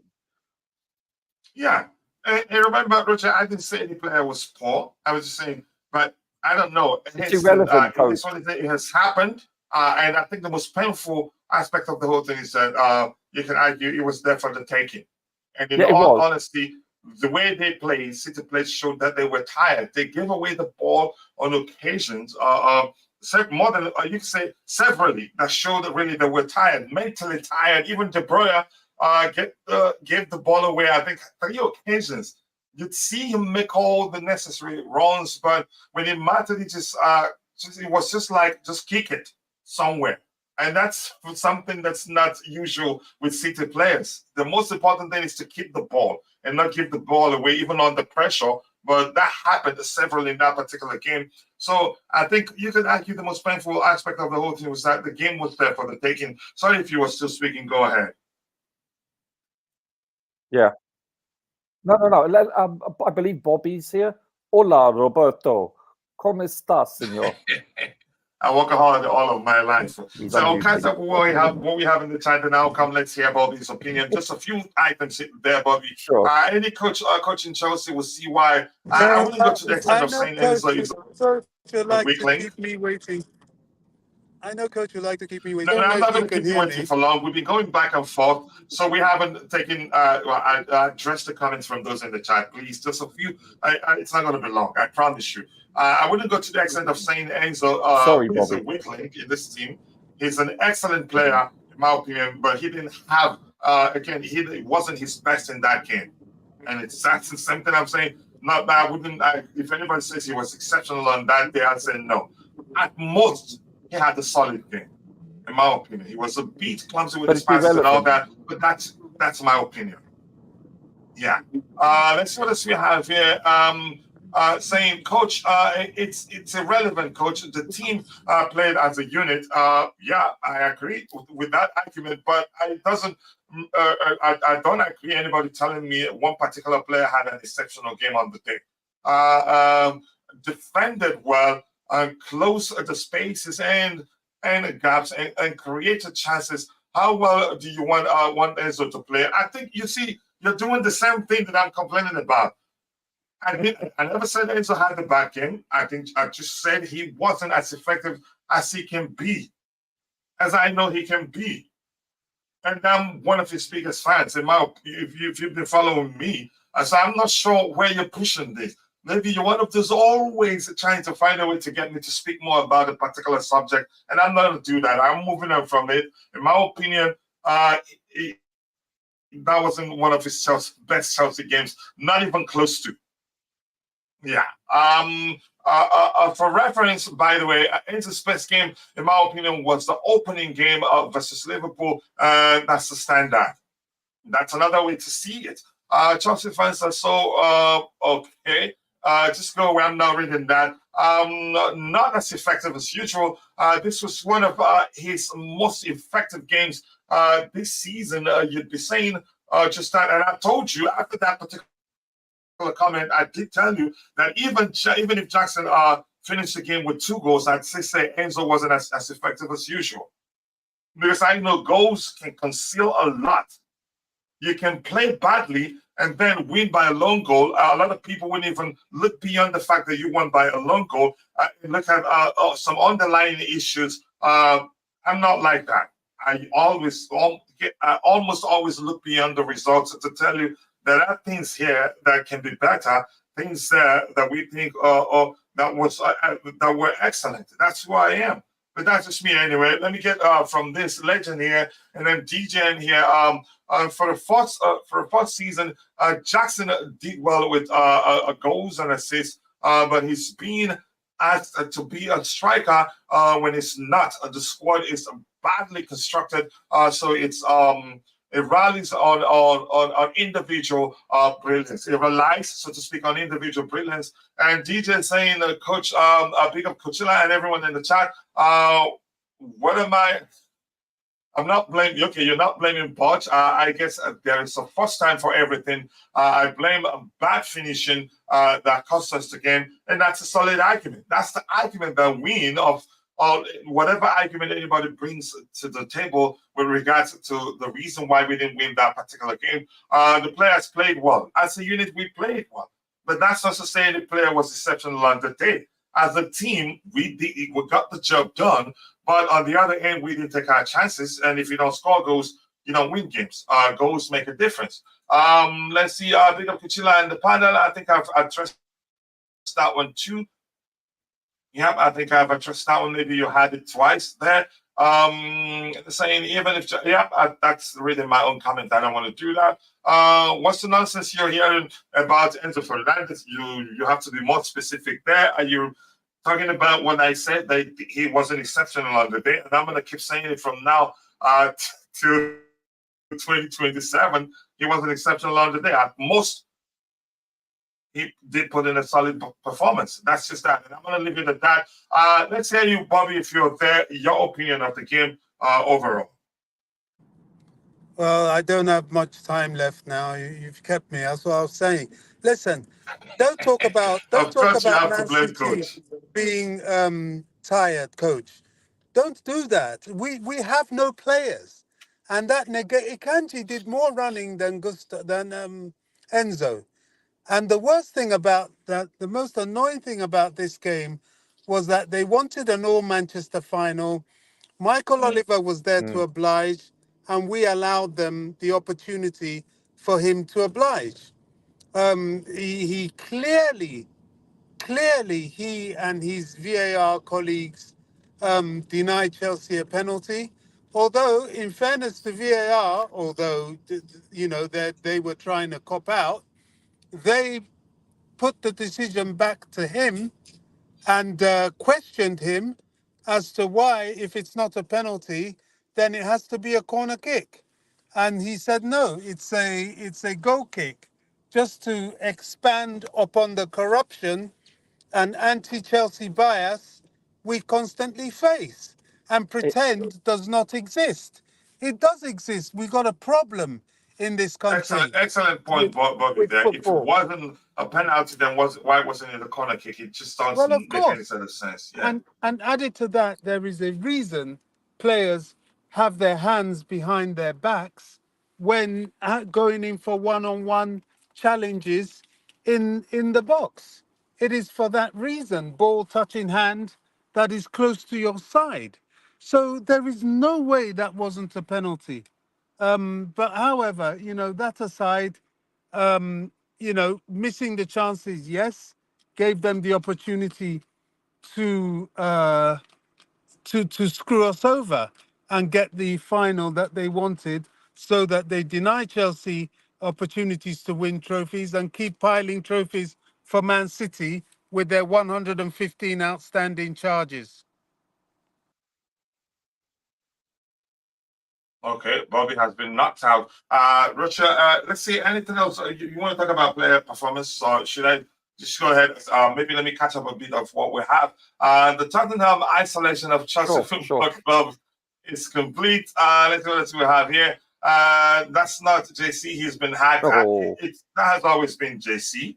And especially when it comes to you can say debating with coach, he will always find a way, even when we agree, we always find a way to make it come across as if we disagree. But that's fine. Let's see what else we have here. Golden Mustafa saying, and the thing is, when you win, you don't criticize things. You enjoy it, or when you lose, it comes back. Heston, I'm not like that. A lot of people are like that. A lot of people just cannot, I don't know, maybe it's not in their character to look beyond wins to see whether some underlying issues exist and talk about it and see if they can find a solution to that particular issue before the next game or before. I'm not that type. Even when we win, if I see any issues, I like talking about them. That way, you can avoid the issue leading to you losing games in the future. That's how I operate. Poch will not. Poch. Still now the answer. His changes were late yet. Okay, let's see. That also means that players'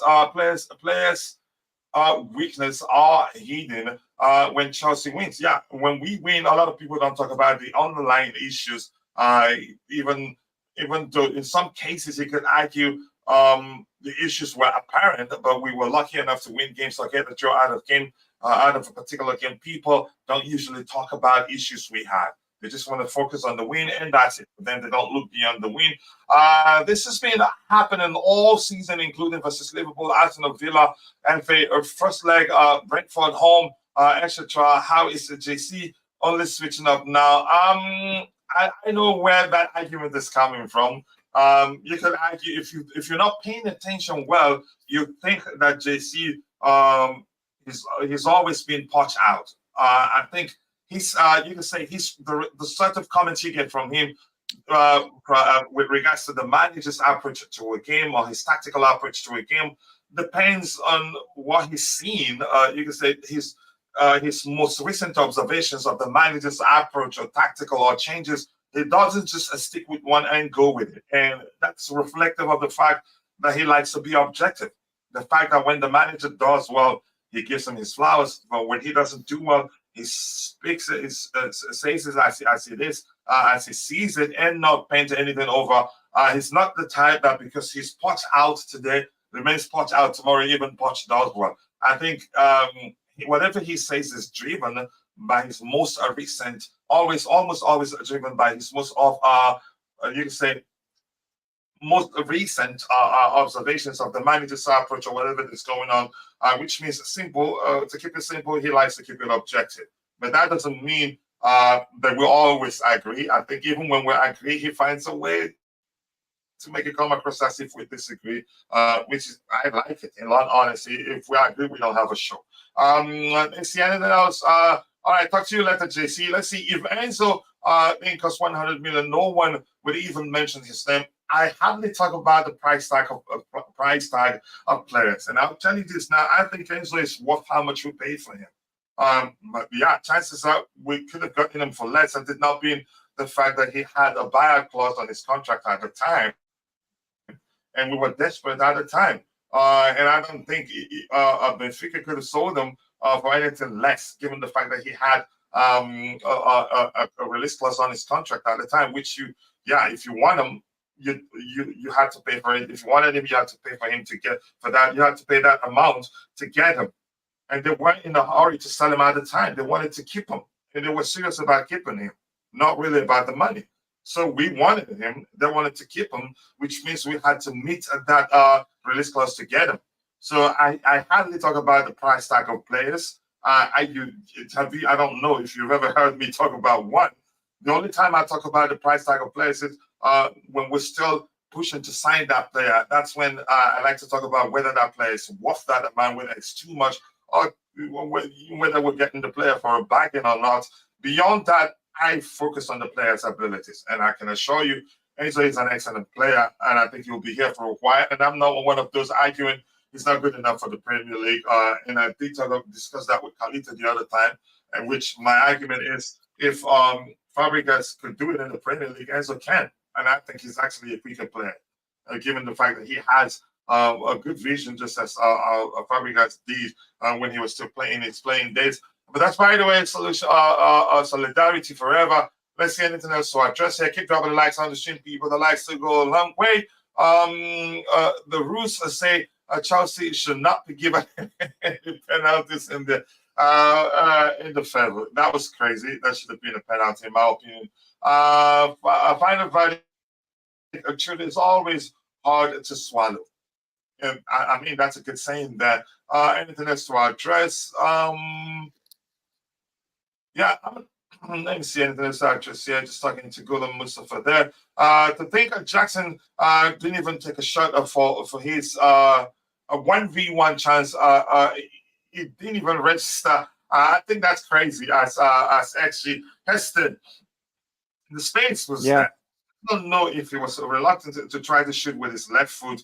I just don't know what happened. I can't get into his mind to figure out what he was thinking. I just don't know. Was it tired? I don't know, because sometimes when you're tired, that can impact your decision making, in my opinion. But I just don't know. But I can't sit here and say, just start saying he was the reason why we lost. I'd rather say we didn't take our chances because, we performed as a unit in terms of our defensive performance on the day. So we should equally say, we didn't take our chances. That's the reason why we didn't win. I don't think it makes sense to say Jackson was the sole reason why we didn't win that game. If you argue, then how about the argument that, we could have created more chances too, should have created more chances too, because the higher the volume of What chances he created. for us to Body miss of them? opportunity. Roger. Why create more chances? We're only going to miss them. Listen, the fact that he didn't pull the trigger on that attempt going on to the keeper, he's about 35 yards out. The keeper's roughly on the 12-yard line. That's an easy chip. Yes, he has to do it with his left foot, but guess what? He's a paid football player. He should have at least pulled the trigger, and test the keeper. The fact that didn't come to fruition, that's my criticism. But that's not the biggest miss in my opinion. Actually, it doesn't go down as a miss or an XG, a chance, because he didn't pull the trigger, which is ridiculous, right? And the space was there.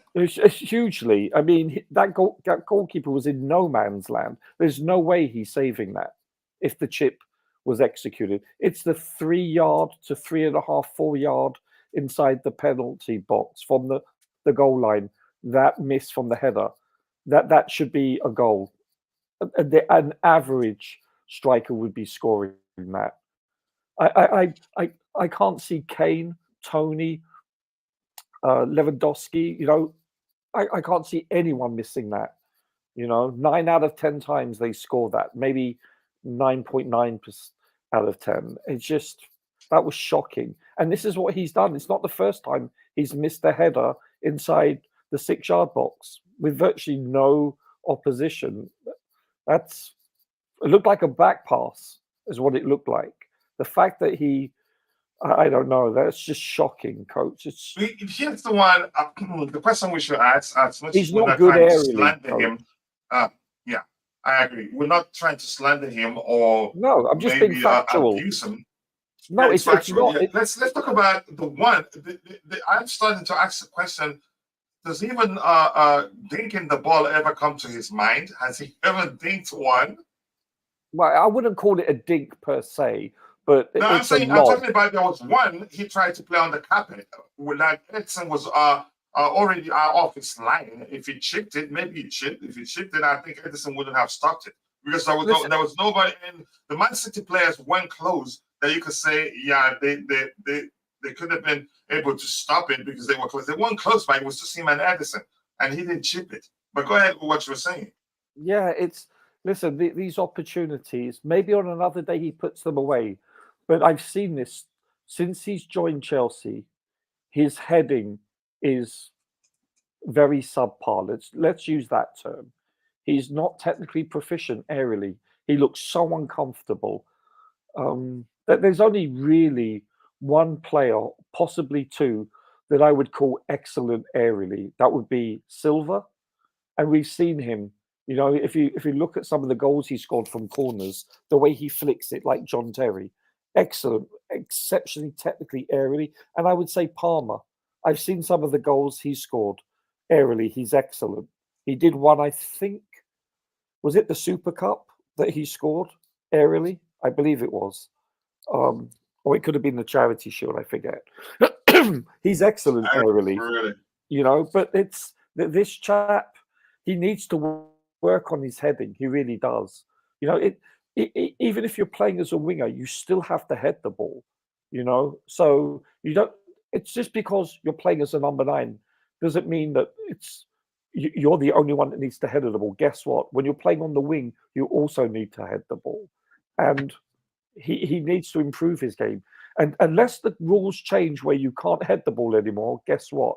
He's always going to be subpar. He's never going to reach his full potential, or maximize his potential if he's not able to score. Because all these crosses into the box aerially are worthless if he can't score them, or at least test the keeper. It's to me that 3-yard miss from the goal line, that was shocking. To me, it's like I don't know what to say. It still bugs me, and he's done this all year long, where he's, for the most part, he's missed aerially. It's like, I remember you were saying, look, he scored that goal. If you remember, it was a powerful head. All he did was just put his head on it. He didn't guide the ball. He didn't turn his neck muscles. He's not technically airy. So far from what I've seen. Hopefully in the future, he can shall we say, hone his skills. But currently, as we speak right now, he's lacking aerially, and it's costing us because we need to listen all over. And you can say the same, not just for Jackson, but you can look at most of our centre backs. They're very poor aerially. They don't dominate aerially for sure, for the most part, and that shows. It's like you have a look at Maguire. Did you see Maguire's goal yesterday?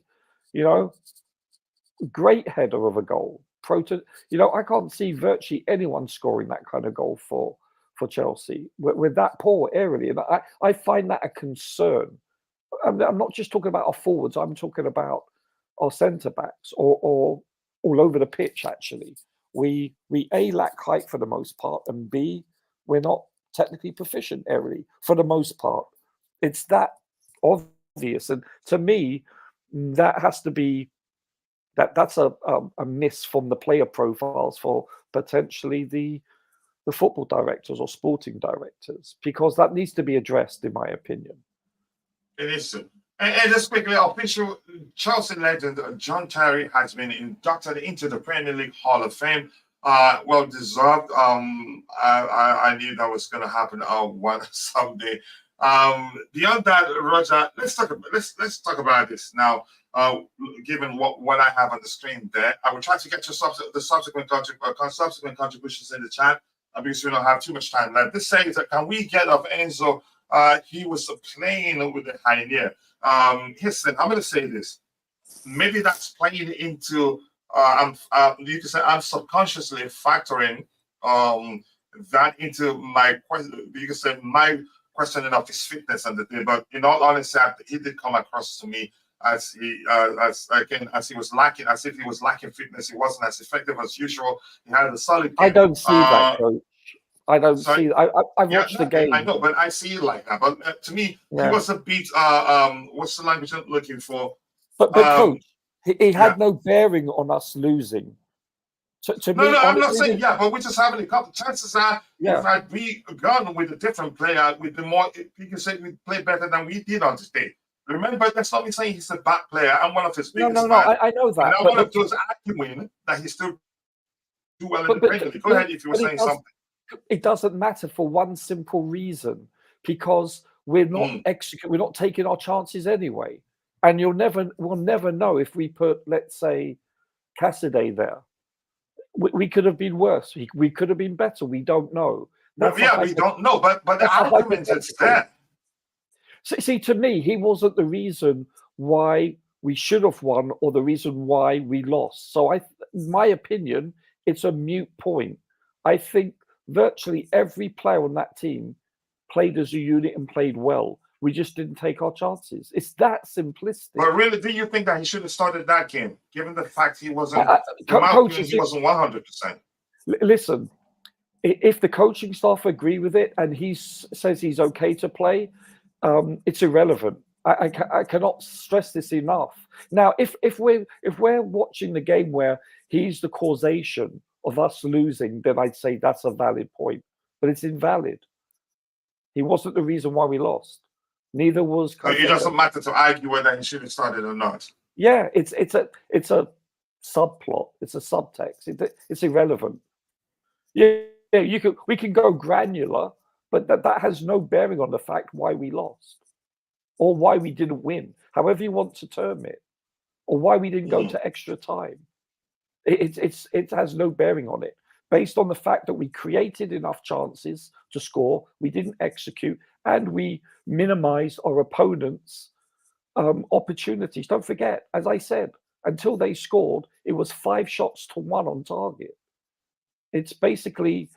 At one point, they didn't have any single shot, and we had like 3-4 at a time. Yeah, here's what I'm going to say, Roger. I'm quite sure if you were listening, if you started listening to the show when we started, I'm quite sure you heard me say that no matter how you argue, the argument that will always win is that we created enough chances to win the game, and we didn't take the chances. Yeah. Yes. I'm going to ask you this question: the difference, again, how we approached the game. It wasn't like uppercut to uppercut like the last time, or it was the first game where the one that ended 4-4. This was a Yeah, different approach, and I want you to talk about that. Whether we could have been better off approaching the game like we did in that 4-4 game, and then try to be more defensively cautious. I don't know. I don't think you should. I'll come back to you in a bit. Just remember, I want to know the difference between how, just to clarify to people, how we approached the game and how we approached the 2 draws we had against them before that semi-final games. Yeah, you should get off Enzo, but you get my argument there. I disagree that he had an excellent game. That is my opinion. We had a good game as a team. We defended as a unit, and it worked, but didn't take our chances. And as I said, the argument will almost always come back to that. Let me see what else we have here. XC for coaches, not for public. A normal person that doesn't care about XC. Jackson was the reason why we lost our coach. He failed in his core duty. And that's his thing. I just like to leave it at we didn't take our chances. I don't think it's okay to just be mentioning his name always and saying because he didn't take his chances. But that's just me. You have every right to mention his name. but hold on, Coach. Yeah, go ahead. Coach, who did the vast majority of the opportunities go to though? You know, as I said, if we're going to compliment him when he plays well and scores, then conversely speaking, we have the right to constructively criticize him when he doesn't. And I agree. Here's what I'm trying to do, Roger, because he has become an abuser. I'm trying to reduce that. Yeah, but that's irrelevant. To kill him. Yeah, but that's irrelevant because there's always going to be that mindset from the small minority that does that. So in other words, we should never criticize anybody according to that logic. No, of course, you should never abuse anyone. What you should do is constructively critique someone when they've played, shall we say, poorly or didn't perform their duties. Just like conversely, we should compliment that person when they play well. I agree. And I'm going to say this again. I'm trying to avoid. No, I get what you're saying. I don't feel out the fire. Yeah, but let's be honest here. I'm not saying that we should blame him per se, but we should at least critique him for not taking those opportunities and putting us in the position to be in the lead. Yeah, and we're doing that. And we've talked about that, which was why I talked about, does he even know how to dink the ball? Because one of them, I think, had they gone for it cheap, Edson could have done nothing about it because it was off his line. And but that's fine. Let me ask you this, Roger. The question I want to ask you is this. Let's talk about the difference between how the manager approached the game and how we approach those games where one of them ended 4-4 draw, the other one was 1-1 draw. To me, one quick answer would be the focus on those days weren't to defend. We played against them as if, again, with the mindset, we're going to beat them, and then leaving ourselves vulnerable. We didn't play with caution. We didn't play with balance. But yesterday, but let's hear you. Maybe you explain the difference better than I do. Well, it was early in the season, I believe, when we played at the Bridge, correct? That was actually, I've found it, November the 12th is when we had the 4-4 game. So that was early in the season. That was our first experience of them. So yeah, you could say naive. You're playing against a very informed team. And you know what? Don't forget, they scored a goal from, if my memory serves me correctly, from a deflection. So they were quite fortuitous in that regard to actually come away with a draw.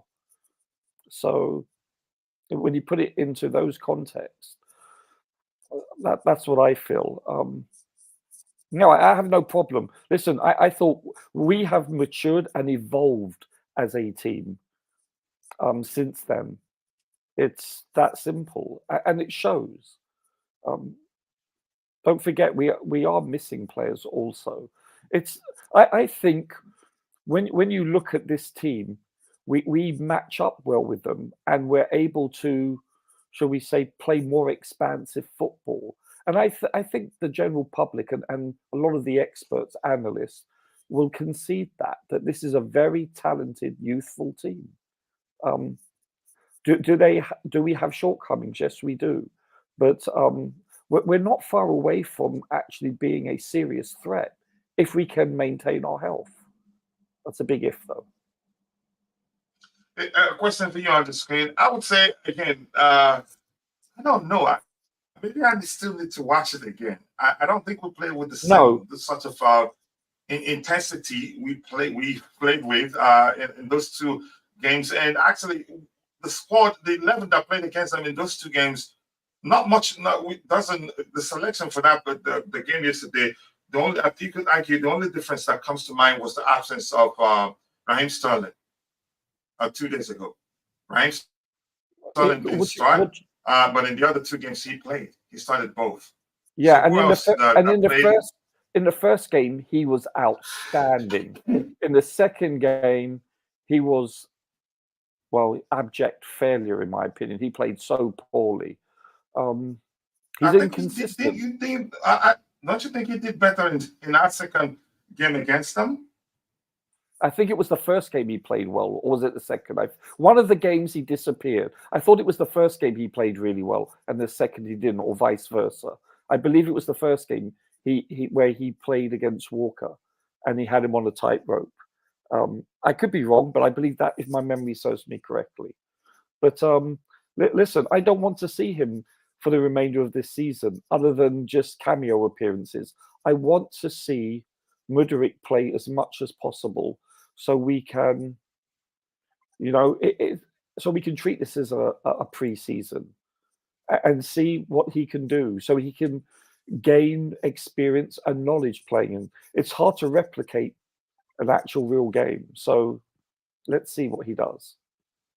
Listen, what do you make before again? That's a question from Rich Money Makers, but I want to hear more the Normality channel with Riley. Riley, if the topic isn't aligned, usually I do skip the topics, and I can't get everything all the time. We're running out of time, and I'm losing my voice, and I have a speaking event that I'm going to attend today.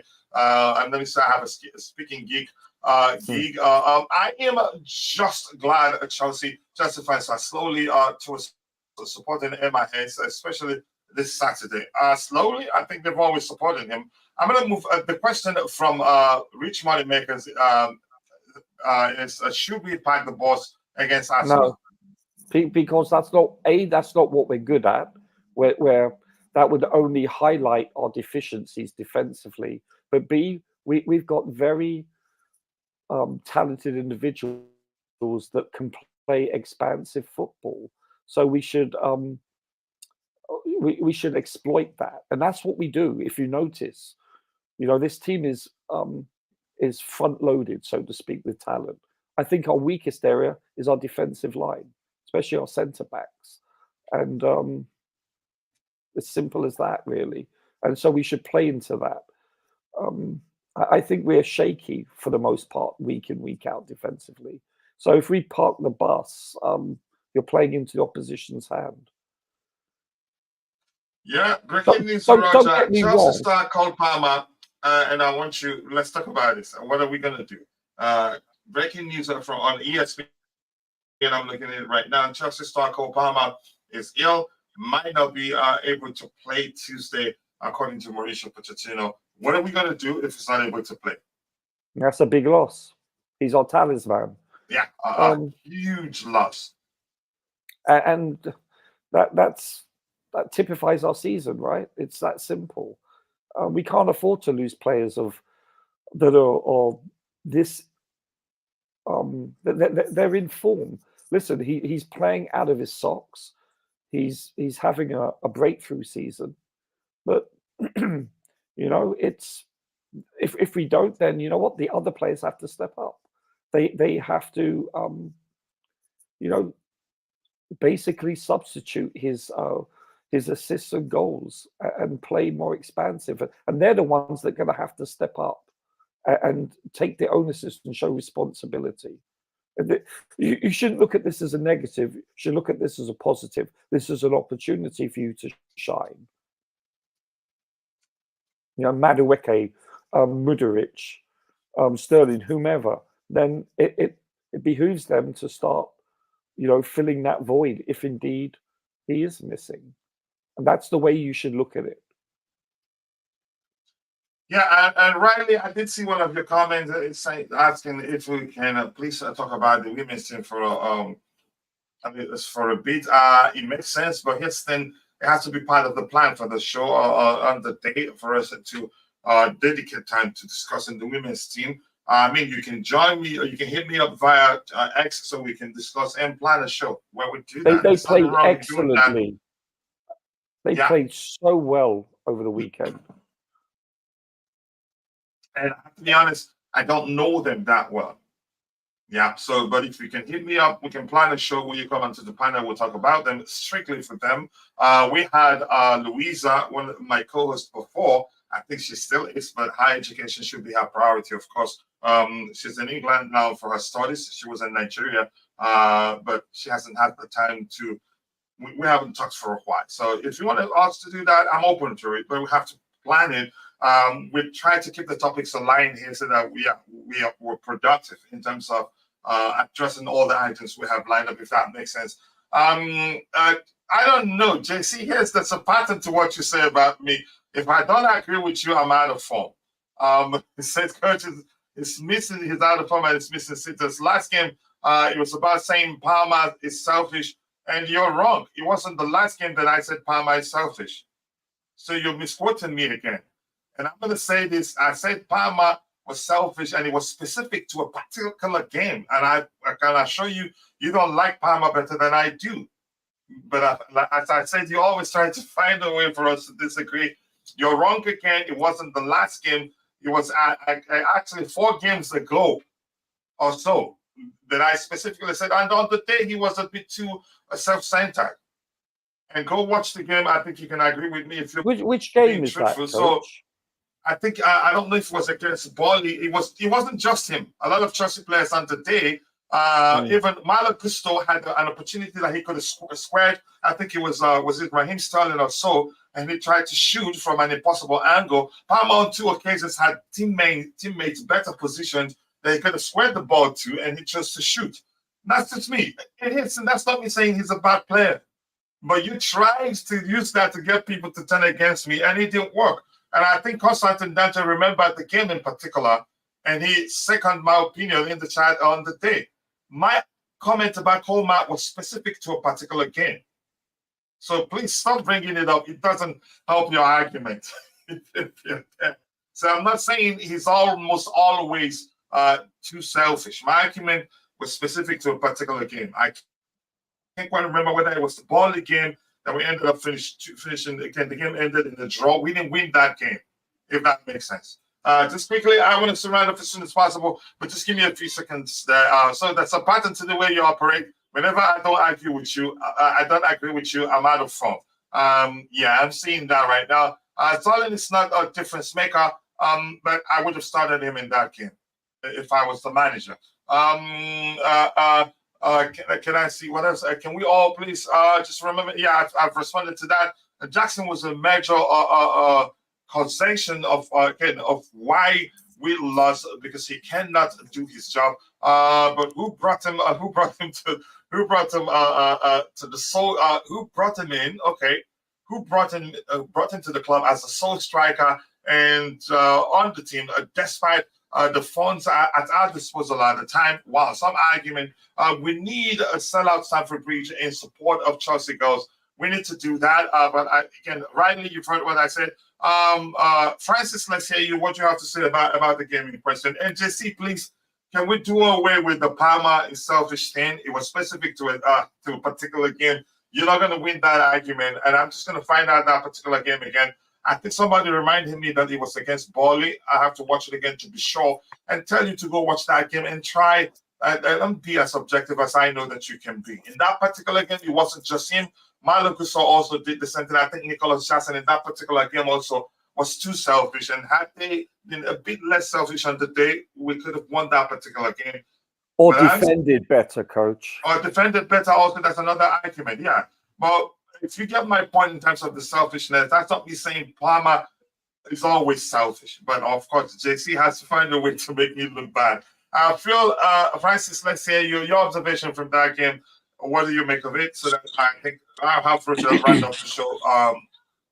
Give us a sign and say so we can call it a day.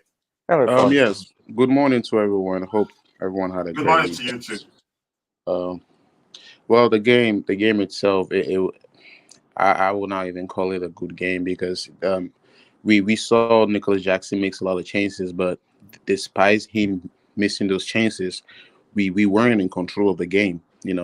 It's not like Chelsea was dominating or anything, which has something to also do with the way Pochettino's style of play is being implemented because I'm starting to understand that he wants us to be playing like a fast transitioning football team, like just counter attack after counter attacks. That's how he wants us to play.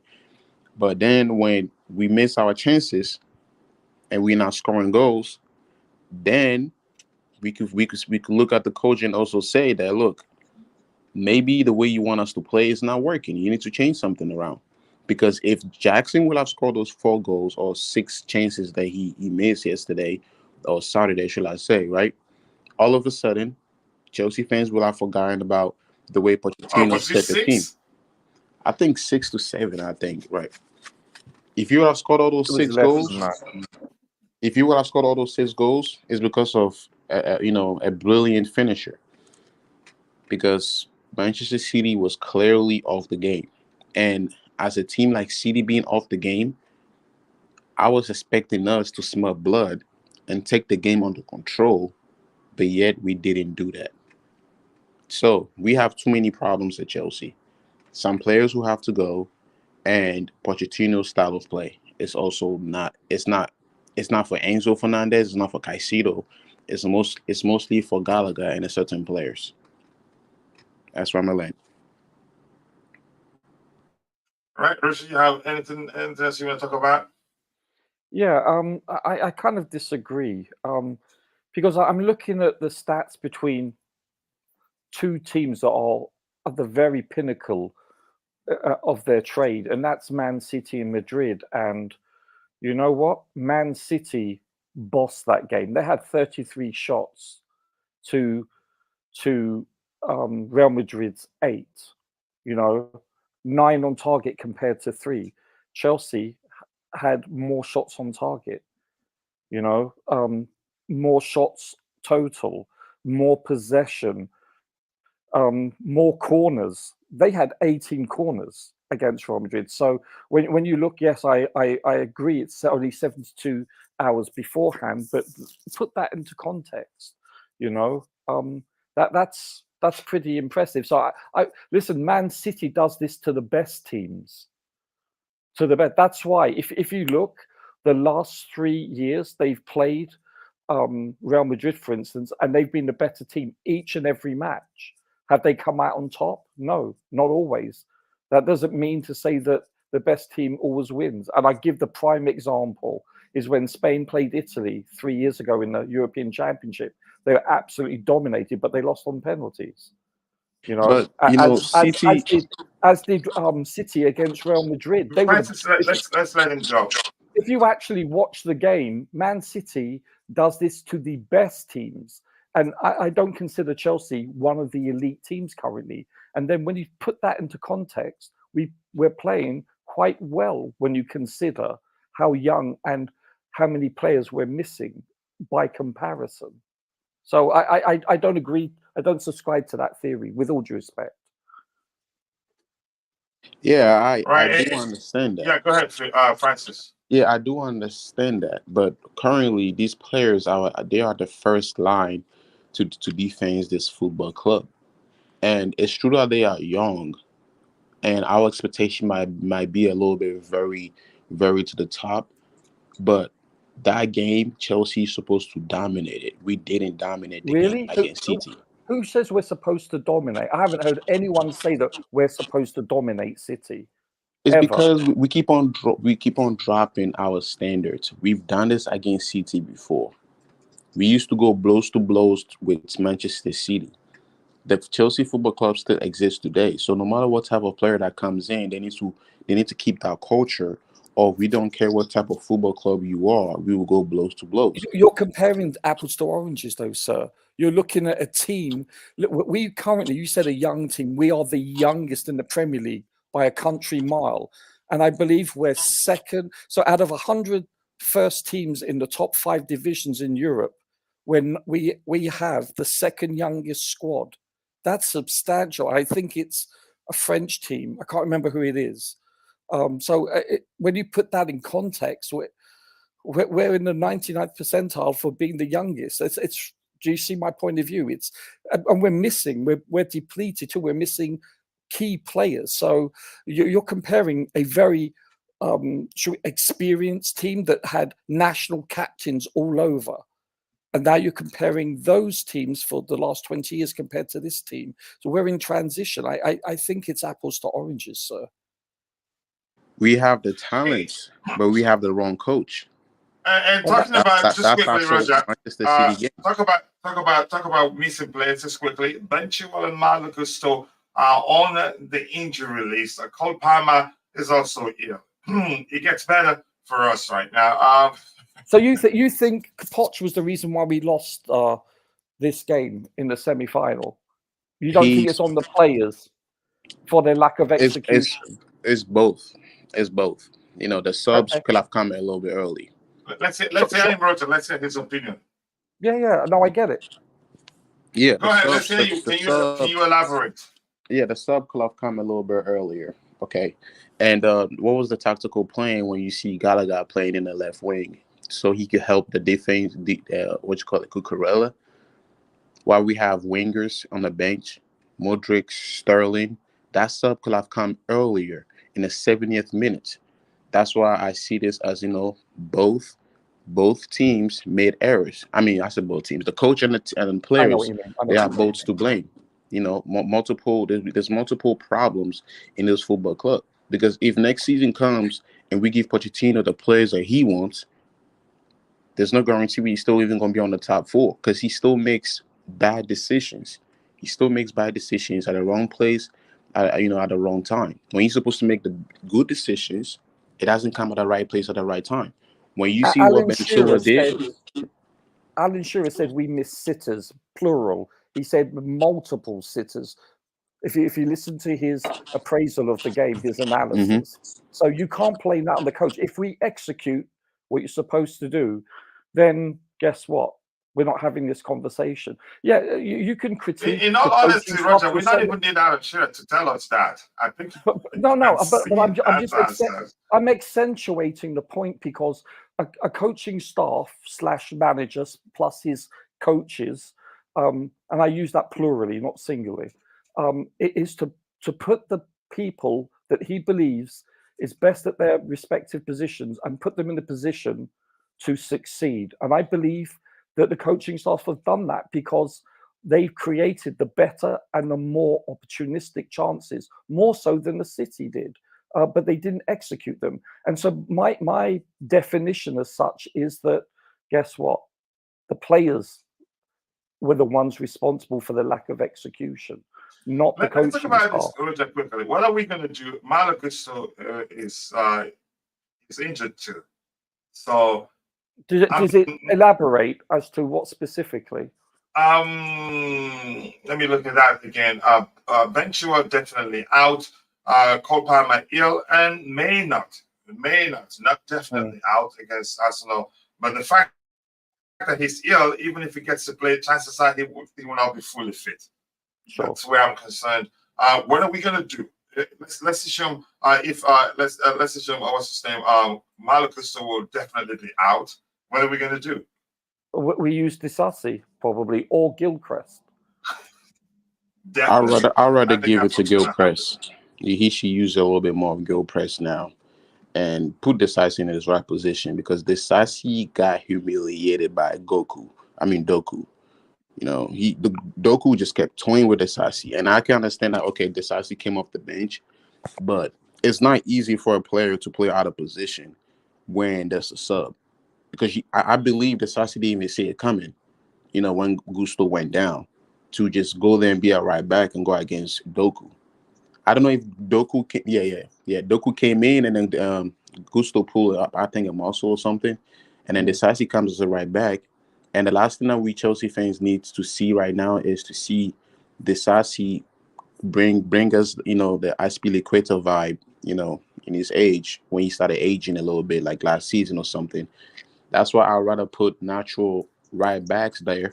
But I have a feeling that what he's going to do is he's going to put Cucurella as a right back and Possibly. put Liver Cowell as a left back or something Well, if he returns in time. sure. But the advantage of playing a centre back there, and this happens all over. Don't forget, it's you look at Ben Wright or whatever for Arsenal, the player that came from Brighton.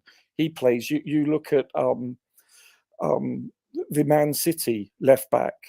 He's a centre back. Chelsea have done this numerous occasions. Listen, that means we're playing with a third stringer again. It's that simple. The disadvantage about playing Gilchrist, he is a centre back by trade. You seem to forget that.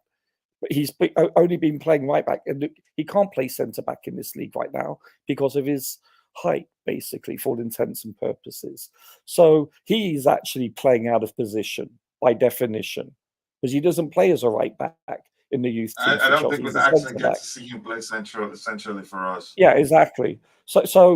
But I know where you're coming from. But that's the only position he's played thus far, and I think he did play a few minutes as a left back for in one cup game.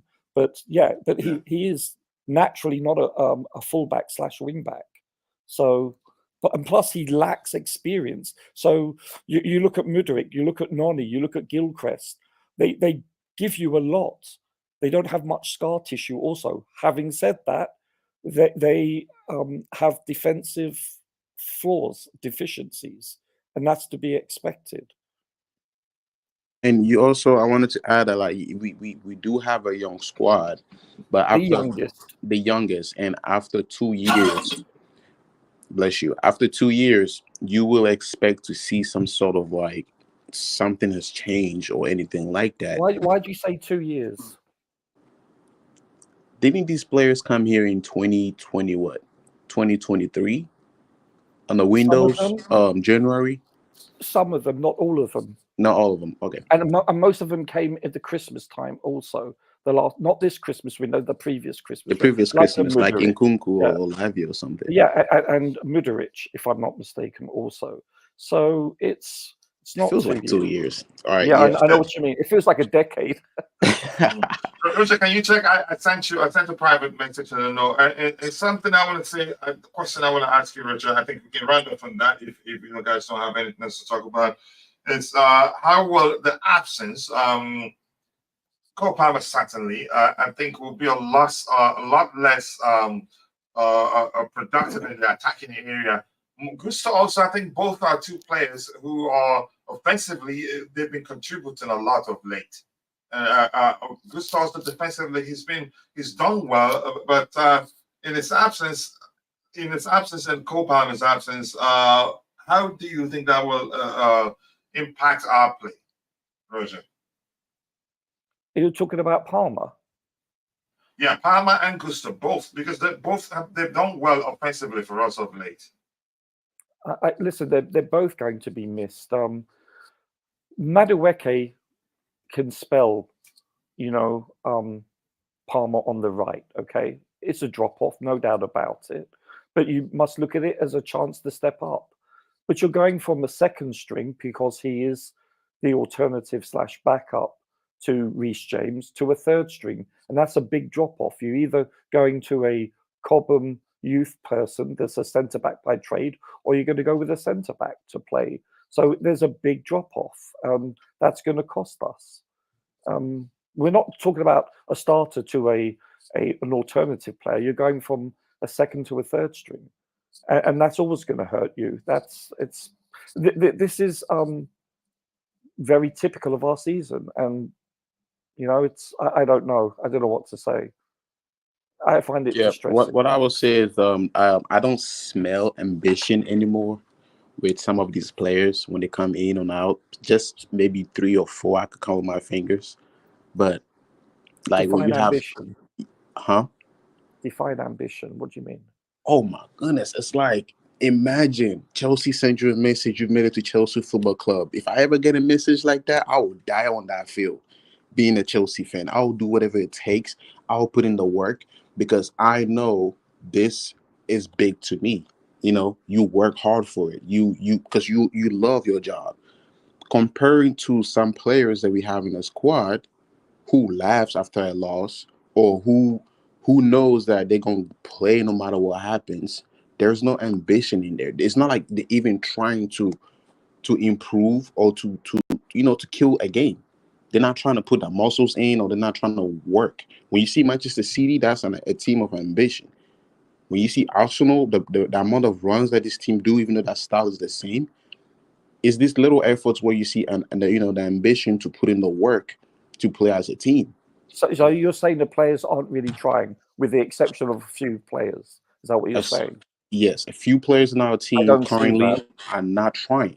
They're not ambitious because they've already written up the season. Instead of treating this season more like a, let me use this opportunity to improve myself for next season or something like that, you know. And I don't see that. I I don't don't see it in see the it. body language. Right. Look at Sterling. If Sterling had a chance to go and get sick, you probably just go to somebody and tell them sneeze on me. Sneeze on Okay, me so right that's now. one player. Name me. You said that is with the exception of a few players. So you're saying the vast majority of the team is like that. I don't see that at all. I don't see that this coaching staff has lost the team. They haven't down No, no, tools. no, I no. don't. They haven't lost the team, but when you are putting in the game that ambition to chase after the ball, to make something happen, like when you see Cole Palmer, when he's off the ball, you still see him running or putting himself at the right place at the right time. When you watch that against City, he had one chance, dribble past what's his name, the name of that DM guy, Diaz or something, I don't know, and then took a shot Yeah. and then it got deflected. But this kind of ambition is all needed during the game when you are put into a team, compared to somebody who's just gonna keep on doing the same thing over and over and over, and not even try to track back. I don't see ambition. What's his I, name? I Gallagher has a watched lot of I, ambition. I watched the game. I watch on the average each game at least twice, maybe thrice, and I have not noticed that at all. For the vast majority of players, I see putting in a shift and effort. I don't All right. see what you're saying. I With think we all should due call it respect, a day right now. A report on the club's X account says a post Cole Palmer has been absent from training due to illness, while Ben Chilwell and Marcus are undergoing medical assessment. So not certain. It's not. It has not been determined whether Marcus will be available or not. That's still being assessed. Ben Chilwell the same thing, but I don't think would be Ben Chilwell that much, in my opinion. With that, I think we've come to the natural end of the show. Unfortunately, we've discussed enough. It's a beta period for all of us, no matter which side you are on, whether you think it was Jackson's fault or the manager's fault or any other reason. One thing we have in common is that, yeah, we're all, I think a lot of us believe that the game was there for us for the taking, about we didn't. We will. It's not like a Poch really disciplines or drops them, or yes, the ambition is not there. Wow, okay. We beat a Crystal Palace without Cole Palmer.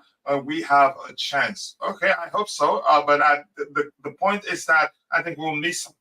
Can we beat them with beat Arsenal without it? Yeah, if anything, I think let's see, maybe we'll be let's see what happens. I'm just not going to say too much about that. I agree, but that doesn't change that fact that uh, okay, the fact he is on our club. Okay, and so look for solutions. So how on how we can get better and all that. Anything else? Because Palmer has city mentality, so he's an exception. Wow, some argument right there. Yes, as far as the mentality, Mudrick speed done could make him a deadly threat if we use it properly. And I don't think we've used him consistently. That's the language I want to use there. We've seen him be effective on the flanks, essentially as a 10, but we haven't used him consistently. Rogers still sees ambition from Potter. Potter, okay. Sorry. Sorry would put out his cigar in these players' eyes. I swear he wanted to beat up Keparis of Alaga with mentality. Did he beat him? He did not. Palmer is out for the Arsenal game. Let's hand our biggest rivals the title. I will not be watching the Arsenal game. Unfortunately, I have to watch it. Okay, you take two. Thank you so much for joining. You were listening all the while, but didn't want to say anything. I think with that, people, I'm sorry, I can't get everything you have in the chat. I have to run. I have to go get my boy. My boys get ready for school. I see a lot of people are joining right now, but unfortunately, I cannot continue. We're trying, and hopefully, I'll be able to afford a new system as soon as possible to ensure that we don't have issues. I stayed up all the night, found a solution, but chances are it happened again in a few days. That's because that's been the pattern. Every time I think it's okay, or maybe it starts working, and then I start looking for a new system, then boom, it happens again. So thank you to all of you for finding the time to join the show this particular morning. Thank you, Roger. Thank you, Coach. Francis. Thank you, Bobby, who was on the panel. It looks like he had a connection issues. With that, we've come to the natural end of the show. See you guys next time. God bless us all and share.